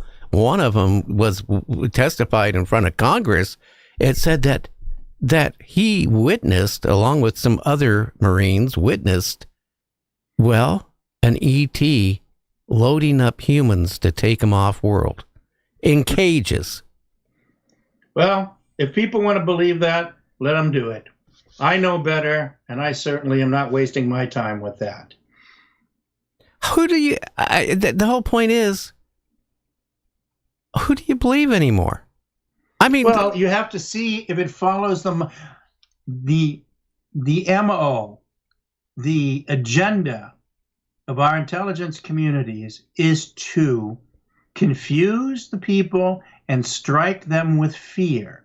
So consequently, stories of this kind of nature, where we're getting hacked up or getting bisected or whatever the heck, all of those lend to that mantra. And that mantra is a false agenda. So right away, if you don't fall into that trap, then it becomes a non-issue. Do you think ETs are working with our government? Some of them, yes. Mm-hmm. Absolutely. What do you think their motive is? Well, I think that... well, I don't think I know, but... okay, I want to know. But on a subsurface level, they are working with what we call the inner government or the black government. You have a one world government on this world already for a long time. Oh, yeah. And that one world government operates irregardless of boundaries, borders, countries, languages, races, people, religions, nothing. They are interested in the overall manipulation of the world circumstance. And they have had some contact with some ETs that are willing to help them in their particular endeavors. This is what we call the non-benevolent extraterrestrials. They're not out there hacking you up or shooting lasers at you or any of those other things. They're allowing or assisting manipulation from within. And that is in order to maintain the status quo of what we have on this planet now. Very interesting. What do you think the future is going to be of disclosure? It's a non-issue. There will be no... If we decide to say, finally, officially, there are ETs, we will make sure that they will be described as being aggressive, as being hostile, and being coming to do us harm. And so that will then continue our way of life. In other words, the expansion of weapons will become not just a country's industrial complex, but a world industrial complex in which we produce weapons in order to fight the so-called bad guys.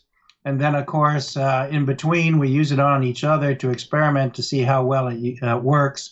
The implementation of Star Wars during the 80s was one such thing. That was supposed to be an umbrella in order to control countries on the surface of the planet and political situation, but it was also designed in order to point out into space so that we could fire at extraterrestrial craft in order to discourage them from coming to our world. That's what, when I talked to Ronald Reagan, that's what he slipped up and said to me.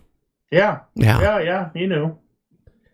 And again, do you think any of these ETs that are visiting maybe want harm to us at one point in the future? Maybe. I think the choice is ours. I mean, if somebody comes to you and promotes a load of nonsense and suggests that you go, the easiest thing to do is to manipulate people nationally. You know, a few women and children get what we call collateral damage and sacrificed, and we're ready to march right away and destroy everything in sight. And so consequently, we have to be careful and simply know ourselves well enough to say no, because nobody can make you pick up the gun. Nobody can make you pull the trigger. So you have to be willing to do that yourself. And so all you have to do is know yourself well enough as to know which is your own thought and which is somebody else's thought. And then you refuse the destructive nature. You know, like one person said, it's the difference between modern man and ancient man was the decision that I will not kill today. That's true. But how about like the Hitchhiker's Guide to the Galaxy? How about if the world is getting very close to a nuclear exchange and the ETs look at, oh my God, we can't let this happen. They push the button and Earth is poof, gone. Well, I think that, first of all, they are not in the destructive mode. They have traveled the universe to such an extent and have witnessed science and creation, the facts of it, not the theories. Like we sit here and say, look, over there's a black hole on the other side of the universe and all of this, and make statements about something we know absolutely nothing about. Quantum physics, perfect example. It keeps changing. Yeah, perfect example. And so consequently, they are keeping an eye on things, and I think that while they're not here to fix our problems, I think that they have come for a long time to assist us with our issues. And the choice has always been ours. It's like Eisenhower. You give up nuclear explosions, experimentation, and weapons, and you can have a better society. And the choice was no. I mean, who would make that as their choice? But we do. Now, do you feel like going on for a few more minutes? Or? Oh, I got plenty of time, sure. Okay. Well, JC, if you want to drop off, you can. You can. It's no, But here's the thing I look at. Look at our ancient civilization.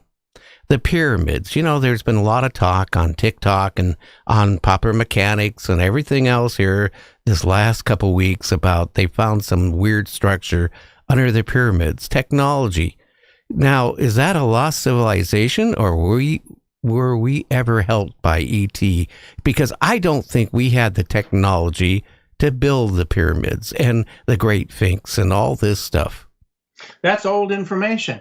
And once again, it's recycled in order to catch people's imagination. But that information about the structures under the pyramids and next to the paw of the Sphinx and the door that goes in between down into the Hall of Sciences and the different constructions underneath the pyramidal complex of Giza has already been talked about for almost 100 years. Yeah. And the issue was that the Egyptian government completely suppressed it because they want to have the glory of this particular civilization on their books, on their particular history.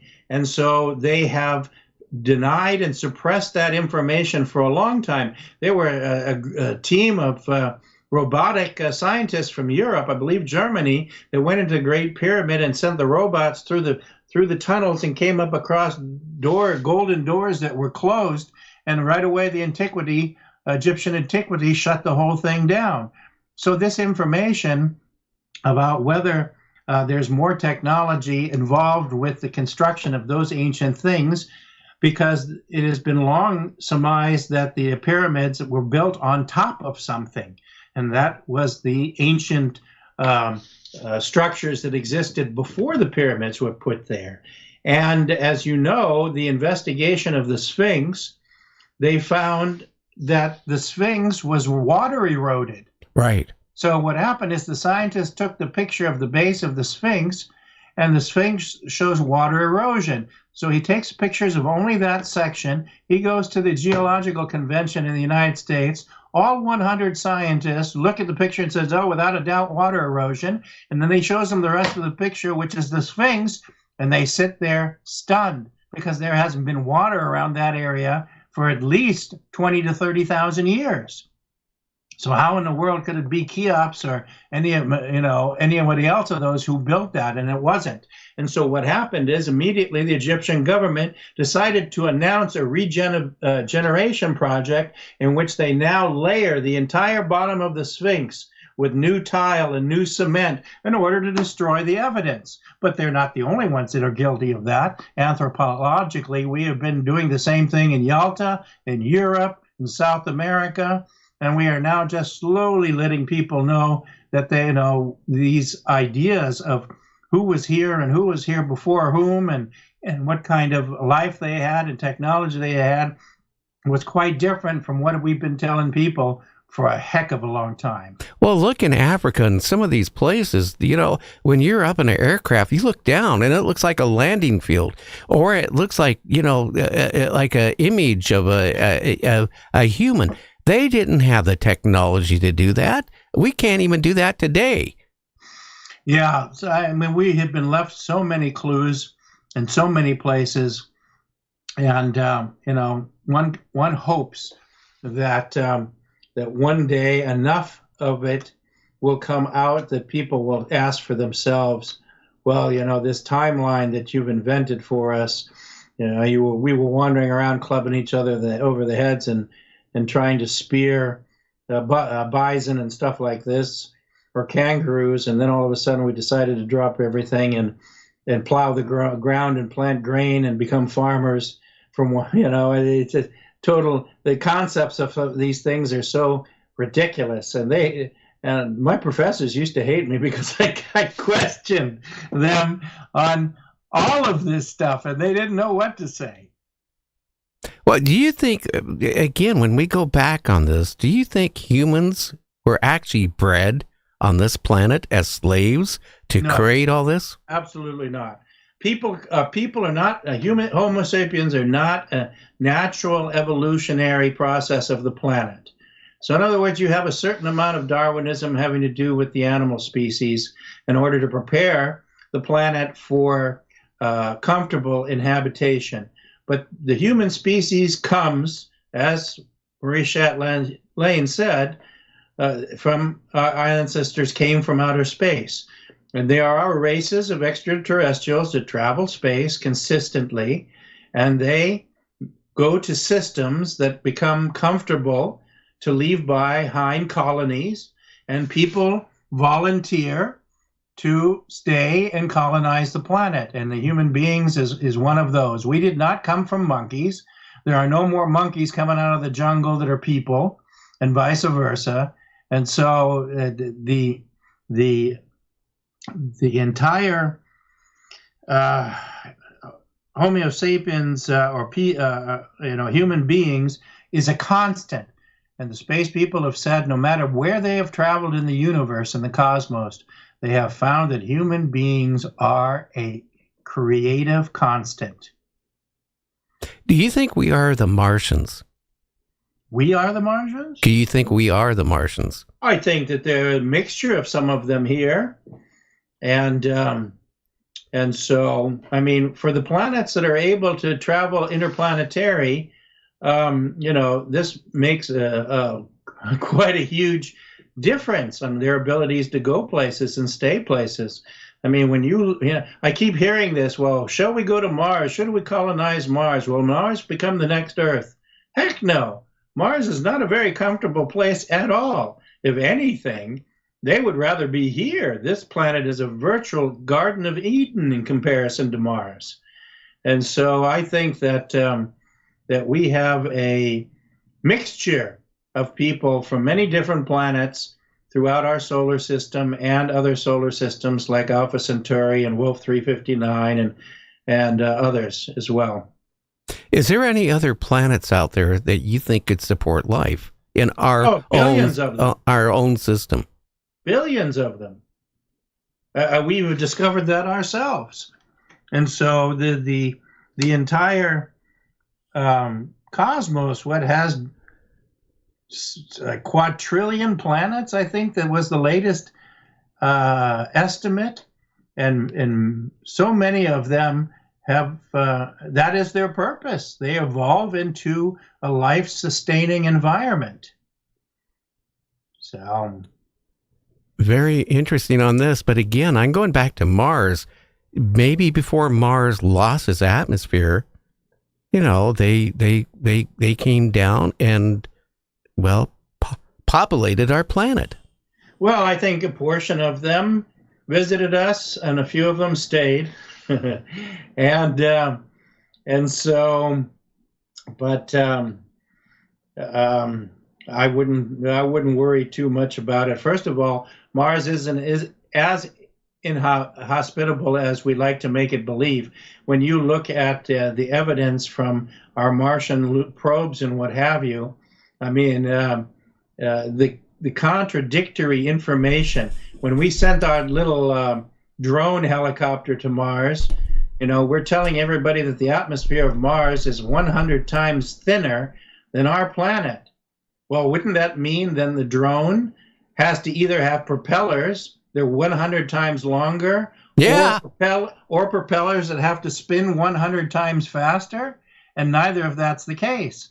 So once again, the actual situation versus the claims are staying, far apart. Plus, we have photographs of the blue sky, of the Martian atmosphere, clouds up to 20,000 feet.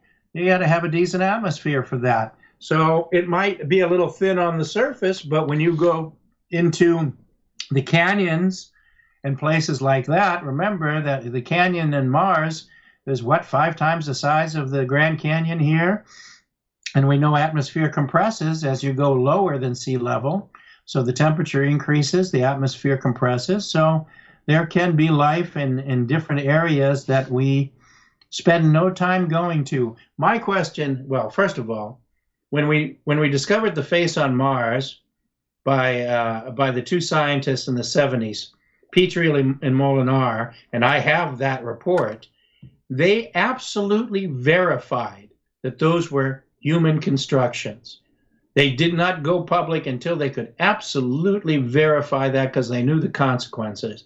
As soon as those constructions on the plains of Cydonia were acknowledged, Carl Sagan ordered the Viking lander to go to somewhere else, because they were originally scheduled to land there. And they went to a place entirely different, entirely inhospitable, covered and strewn with boulders and pebbles that made for an unsafe landing. So you would think if they were looking for any kind of life, why wouldn't they go to the transition zone between the polar ice caps and the warmer climes? Because that's where you're going to have water runoff and things like that. No, it's like sending a probe to the Atacama Desert here, and then telling the people that's what life is like on Earth. And in fact, that's what they did. They used the instruments for Viking, and they went to the Atacama Desert years thereafter, and the instrumentations all said there's no life here. Well, they're lying to us. That's the whole point. Well, yeah, but once again, we have to ask our own questions. It's not going to come in this environment. It's not going to come freely. You have to read between the lines, and it's like a puzzle. You have to take different pieces and put it together in order to get a more clear picture, because nobody's going to give it to you, boom, flat in front of your face and say, eat it and like it. Well, Glenn, let's be honest with you. If they said that the face on Mars was real, then people would start realizing what is going on. naturally they deny it. They deny everything. And you know what? I've seen pictures of, various things that they have taken from NASA, and then all of a sudden you can't find it. It's gone. Yeah, it either disappears or becomes airbrush. When my father was lecturing in Australia, 85, I believe it was, he came together with Hertek and the other guy, I can't remember his name right off the bat, and they wrote the book, The Face on Mars. And they had a discussion, and Hertek said to him, not only do we have positive evidence that those constructions were ancient civilizations, we have positive evidence of current civilizations. And they were stonewalled. No publisher would touch the book. And they finally got one to do the first edition in Australia, and then they chopped that off at the knees too. So truth is not something that we readily and easily embrace. Well, there's life out there, and people have to realize we're not the only people in the campground. Again, I was reading a science journal this week. I can't remember what, out of our solar system or galaxy, they're picking up artificial lights that can't be produced from, let's say, the sun or whatever, because the spectrum of it tells us maybe there's a civilization on that planet. Already, when we set up Arecibo, the radio telescope that's been since deconstructed in Puerto Rico, they're already receiving signals from space, regular patterned signals. And I have the article in my lecture notebook that describes the pulse and the repetitiveness and everything like that. Marconi received signals from Mars, and he was very vocal about it. And so consequently, of course, it does take some time for these signals and things to travel and what have you. But I think that anybody who takes the time to investigate for themselves will find an immense amount of material and knowledge. I knew a guy who put up an 8-inch telescope, hooked it up to his video screen in the house, and auto-controlled it through a controller in order to be able to sit in comfort in his house and watch the moon. And he recorded devices flying all over the place and what have you. And so, that's not always financially available for all of us. And I think to some degree that's why it's kept away from us, so that we don't see too much and talk. Why is it that all these big telescopes, Mount Palomar, and Mount Wilson, all these places are all owned by Caltech? You can't get in there and use them. You have to be somebody of acclaim or academic renown in order to get some time to look through this thing. It's kept restricted and private, and that's for a reason. Well, here's the real disclosure. If they would come out with this type of information, that is all the disclosure we need. But yet, the government thinks that we're so immature race of humans yet. We are. Look at the people, like I said, like we discussed earlier. Look at the current condition on the television as you watch it from day to day and week to week. You see sheer idiocy. So yeah, I can't say that there's any better option that we are behaving intelligently or rationally even. No, we don't do that. We do exactly the opposite. In my last book, I included 3 photographs taken by the Mount Palomar Observatory staff in October of 1949, in which they viewed these craft for a period of 1 week. It shows them flying in formation above the telescope observatory and through the sky, both individually and what have you. And that was released from Project Blue Book in Europe, not in this country. I actually got it through contacts in Europe. And I put it in the book along with the report that went to Project Blue Book that states the people who took the pictures and how long and under what conditions and everything. And that was in 1949, the same time that George Adamkus was living there at the base of Mount Palomar, taking pictures of motherships that were also described in Project Blue Book. So, that alone is enough to make people wonder, my God, what's going on here? Why is it that we are keeping it from people forever? I mean, that was 1949, but the repercussions of admitting it would be worldwide today. Yeah, but let's face it. Like somebody saying that, well, it's a false flag, or they're bad, or that it's us, changing their stories all the time. You know, that what that does is it scares a certain element of the population. Is that what they do? They get their rocks off that way? Yeah, yes, they do, because they control the population. Look at, I mean, as you mentioned before, who was the idiot to decide to put a bomb in White Sands and then put concentric circles of military soldiers around it, expanding it like a ripple from a drop in a pond out to various distances in order to decide what the effects of the nuclear blast and the radiation would be on our own people? Well, how about when they're around Bikini Island, and where they also took a whole bunch of World War II ships and detonated a nuclear device, and then you saw pictures of people going over checking the damage of the ship. Mm-hmm. Oh, boy, they getting a dose of radiation. Yeah, well, because we make excuses for everything. And remember, we came out of an era of World War II where, which, you know, repercussed into Roswell and things like that, where you don't question high command. You do not question the Pentagon. You do not question your military agencies. And, you know, when you're told, shut up, it's national security, you behaved. It was that simple.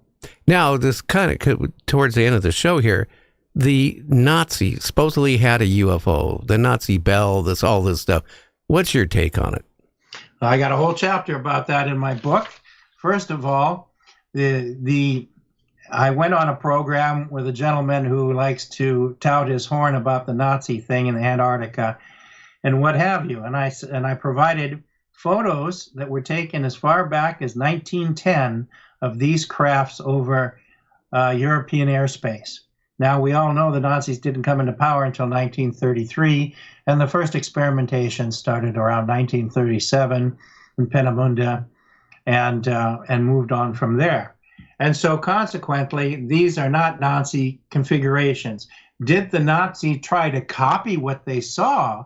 Yes, they did, because these ships were seen all over the European theater and the Pacific theater at the same time in the 40s, as we had these craft over Los Angeles here in 42, and over New Mexico in fleets and what have you. And so consequently, the Germans decided, well, this is a round craft, let's see if we can reproduce it. But that's like saying, just because a Volkswagen has 4 tires, it's the same thing as a Rolls Royce. It isn't anything near the same. And the production of the Haunebu, and there were so many of them, the Donair and what have you, they never successfully flew them. And that is in National German Archives. Didn't they get a couple of them? 30 feet in the air and about 100 meters before they crashed into the ground, because they had propellers in the bottom of underneath here. And the propellers were like a helicopter, and they provide no stability with the rotating blades. That's why helicopters has a boom with another propeller on there to go in opposite directions. So they made a round ship, but it doesn't mean that it looked anything like this. It had something in the base with a gun turret in it. It didn't have the same type of portholes. So this idea that these UFOs were nothing more than configuration designs of the Nazis is absolute garbage. Oh, I agree with you 100%. But and the other part of this is they try to make you believe that Antarctica was such a super secret place. By 1935, there were already 7 countries that had divided up Antarctica, and more than 60 structures on that entire continent. And so it wasn't like you could just, mosey on in and make yourself, rockets and all this other kind of stuff. And so there's a huge effort in this field to try to negate the entire UFO things simply on the structure of the saucer.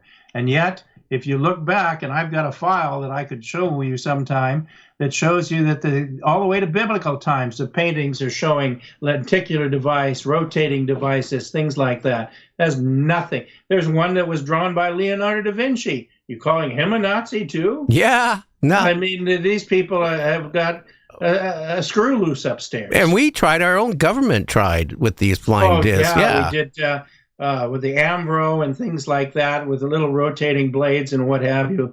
None of this was any type of serious reproduction. Now, they only got a couple feet off the ground anyway. Yeah, it doesn't get it. And not only that, we have designed some of these craft by using tapping into some of the notions of free energy as well. So we have our own, and we were going into space with our own craft before even our space agency Apollo missions. So what is your future? Because I've read some things, you're kind of wrapping things up. What is your future with your writing and what you're doing? Well, I put a huge amount of effort in putting my book out so that there would be a long-lasting testament to the work that was done, real work, verifiable work, so people could get a positive viewpoint of this particular field. And to some extent, I'm slowing down a little bit because, as we discussed, we have some medical situations that have to be addressed and what have you. And I'm not a vigilante. I don't beat my head against the wall. If people don't want to have me on the program or listen to what I have to say, I'm not out there recruiting them. If you want to hear, then you have to contact me, and then I'll say, sure, why not? I got no problems with that. But I'm not out there to run a crusade. I'm there to give a source of information. I'm the last connection to that particular era and that particular information that has progressed from the 60s till now. And so I try to do the best I can to be forthright with people and give them honest answers and truth. And if I don't know the answer, then I tell you, I don't know the answer. Who the heck can know everything? And you'll find, you've done enough shows with me, you'll find that I am consistent in all things. So you won't find any... You mean you're not changing your story month by month? I'm not changing my story. I don't give you any make-believe stuff. You mean there's not going to be a false flag next month, or ETs are actually good, then a couple months later they're evil and they're out to destroy the Earth? I don't have time for that kind of nonsense. Well, evidently people do, and that's the scary part. That's the problem with humanity. People want to believe... Well, your Creator has given you choice. You can choose to do this. You can choose to do something that's not good for you. If you choose, whatever you choose, there are consequences to everything. And you cannot escape those consequences. Eventually, you will have to be held responsible for those. So that's why it behooves us to make intelligent choices, to think before we act, and to give the idea that truth does matter. I remember one of the space people said to us, my family said, learn to love the truth above all else. And that's the mantra that we try to operate by. There is a lady who's been on a lot of shows, especially Coast to Coast, through the years, that claimed there was an underground cave in Antarctica that went deep with special lighting and writings and all that stuff. Do you buy that? Was she there?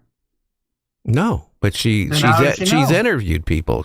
Oh, so you've heard it from somebody else who said it, someone else's innuendo. So well, Linda Morton Howe, there it is. Oh, yeah, I know who the heck that is. Yeah, the story changes all the time, and it is.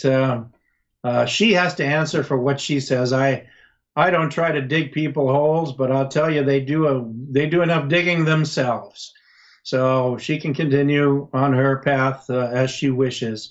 But I know there aren't any shapeshifters, and the rest of these new claims that all come out all of a sudden every month is a change. So I mean, are there underground Antarctica used to be a continent, and when the poles were the magnetic poles and the ice poles were over Europe, then Antarctica was ice free. So we know that from the core samples and the trees and the foliage and all of that. So I have no doubt that there caves and things like that. Everything is volcanic to a certain extent. But once again, where's the proof? You can make all the accusations. I remember people making the exact accusation that the Earth was hollow, and if you fly over the North Pole, there's a big hole there. Well, I'll tell you one thing. I've flown the route from New York to China over the North Pole dozen times, and right over the top, and I can tell you there's no hole, only in people's minds. And so once again, these type of people feed on the fact that no one's going to go there and check out what they say. If you're going to say it, prove it, and not just leave it as an innuendo or a supposition. That's not worth anything. So that takes someone's credibility, in my mind, completely away. Well, here's the thing too, Glenn. With all this garbage is circulating out there on disclosure, UFOs, ETs, being visited, the moon, and all that stuff, it really clouds up what is real, what isn't real, who's telling the truth, who isn't telling the truth. And that is the frustrating part. Like I said, I've been doing this since 1970. Before that, I played, top 40 for a little while. Yeah. But I mean, that's a long time to be talking about this. But yet, I haven't had anybody come and tell me or even furnish me any real proof ever. Well, I would say that there is a number of publications, older ones. The book by Waverly Gervin, Flying Saucers and Common Sense. Yeah. Let's see, Flying Saucers, A Serious Business by Frank Edwards, who used to be a radio personality, lost his job and position for his support of extraterrestrial visitations. And his book, Flying Saucers, Serious Business, is an excellent book. Frank Scully's book, Major Kehoe's books, he wrote, there's a series of about 5 of them or so, some excellent information in there. Graham Hancock's book on Mars, for something more recent, is excellent information. So there is information out there, but you got to be willing to be very selective and very critical, right? I'm not saying to be cynical, because that's a different thing, but very critical. And I think on our website we do provide a reading list of many authors whom we are willing to stand behind. And I don't usually give endorsements because I have to be very careful, because sometimes people have some things right and the rest of the things wrong. And so, but I'm saying that there's still, I've got a whole shelf full of stuff back here all surrounding me of books and material that is of value. I don't keep the garbage. I throw that in the trash. I don't waste my time and space. Yeah. Well, hey, again, why don't you give everybody your website? It's Adamski Foundation, one word, .com. And if you really want to see some good material, you go to YouTube, type in my name, Glenn Steckling. You can go to my channel. There's about a dozen videos on there. Some of them have the Adamski films on them, the ones that we showed the government, and the ones that Colonel Freeman said that these are some of the best he's ever seen in civilian hands. We did a video on the moon with the moon pictures on there. You will find a great deal of information on those videos. I think people will enjoy that a great deal, because we're more visually inclined. So I suggest that if you're interested in my book, you can find it on Amazon and eBay, and through the publisher is the most economical. It's Blurb, BLURB.com, and that one has the best price because they print to order. So every book is like a new book. And your and website. It's got dozens of pictures in it, so you're not going to be disappointed. And your website link. What is that? AdamskiFoundation.com. Well, hey, Glenn, I want to thank you so much for coming on. I really enjoy, it's a fresh air because, you don't sling the bull. You tell it how you feel, and that is what we need more of. I think that's what I am happy to do, and I feel inclined to be responsible to do. And I enjoy that you respect that and provide an avenue for me to be able to express myself and for us to discuss multiply our perspectives and backgrounds and history at the same time. And thank you to James, your producer behind you as well. He makes the arrangements for all of this. So I look forward to doing it down the road again. Well, one thing, I'm sorry I jumped on so many things, but with the listeners, I like doing the interview like we're sitting, in the living room and just having a discussion. So we can cover so much more stuff than just one or two subjects for 2 hours. That's correct. And what I would appreciate is we would next time reserve some time to take call-ins for questions and answers. I find that very enjoyable to interact with the people who have their own honest questions and are willing to state what's in their minds and try to give them a tangible answer. So next time, perhaps we could do that. Skype is disappearing here in the next couple weeks. Yeah. And we're going to be moving over to Team, but now I have to get all new phone numbers from another company. So we're going to be getting new call-in numbers, and it's going to be interesting here. I mean, I tell you, it never changes. It's always changes. Yeah, there's always something to take up your time, Well, you have a good one, and you take care of yourself, will you? You too, especially take care, and I'll keep you informed on how things go. Okay, my friend, you take care. Have a good weekend, will you? All right, you too. Good night. Good night. Well, JC, who do we have on next week? Well, we're going to have Mr.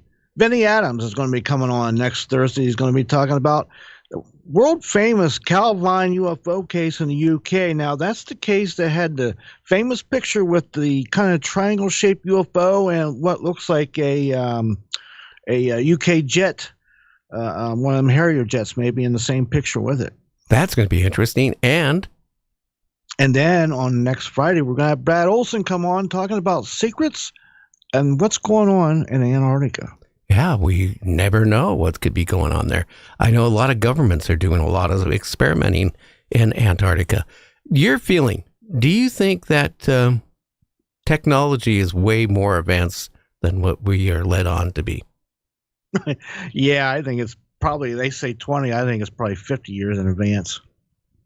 Well, I think maybe even more. If we have bases on the moon, and we had bases back when Armstrong visited the moon, we have to be hundreds of years advanced. Yeah, I just think we actually had that technology, and we were on the moon in the early 60s, but yet we went ahead and spent equivalent to $250 billion to send rockets to the moon, so, and risk lives on top of that. So what's that say? It says a lot. A big shout out to Rory. He donated $10 tonight, to Barb calling in, and to December out there, and Health Hippie, and everybody else out there tonight in chat, and everybody hung in there tonight. Yeah, and Trudy called in, I believe, and asked Ruta a question, and you mentioned Barb, so yeah. Yeah, and again, I want to thank our friend Ruta Lee. She is just a fresh air, Again, I think of everybody we've had on. I like Dean Butler. I love Ruta Lee and Thomas Jane. I mean, those people. Of course, Loretta Swift. Are we ever going to get her back on? Yeah, she's doing some things right now. We're going to wait to see how her schedule is coming up in the future. Yeah. Well, again, if you want to contact me, it's nightdreamstalkradio@gmail.com. Love to hear you. If you have any interesting pictures of UFOs, again, nightdreamstalkradio@gmail.com. Love to see them. Check out our website at nightdreamstalkradio.com. Well, till next week, everybody have a good one. And I really enjoyed having all of you out there listening to the show. Make sure you give us a thumbs up. If you haven't subscribed to the channel, hit that bell and leave a comment. Comment is very important to our sponsors and maybe new sponsors down the road. Everybody have a good one. We will catch you on the other side. Who's friends with all the night dreamers talking to you at night? Gary on the radio, but maybe he's not inside. Bigfoot's on his tail, flying UFOs, that's right. Gary's talk show radio, Wednesday, Thursday, and Friday nights. If you need a friend to talk to, he will always be there. The Night Dreamers talk show will fix your despair. If you want to talk conspiracies, Night Dreamers is for you. Top secret case, alien space, it's scary with the news. Tune in on the radio, don't let Big Brother know they're listening. Available now. Bigfoot Origins, The Search for the Cryptid Homeland by Mike Dupler. This is the most comprehensive and in-depth examination of Bigfoot ever written. How did Bigfoot in North America, the Yowie in Australia, and the Woodwoes, Britain's Bigfoot, get to where they are today? Mike Dupler connects the dots, and the conclusions are incredible. This changes everything. Don't be left out in the woods, in the cold, not knowing. Read Bigfoot Origins, The Search for the Cryptid Homeland by Mike Dupler.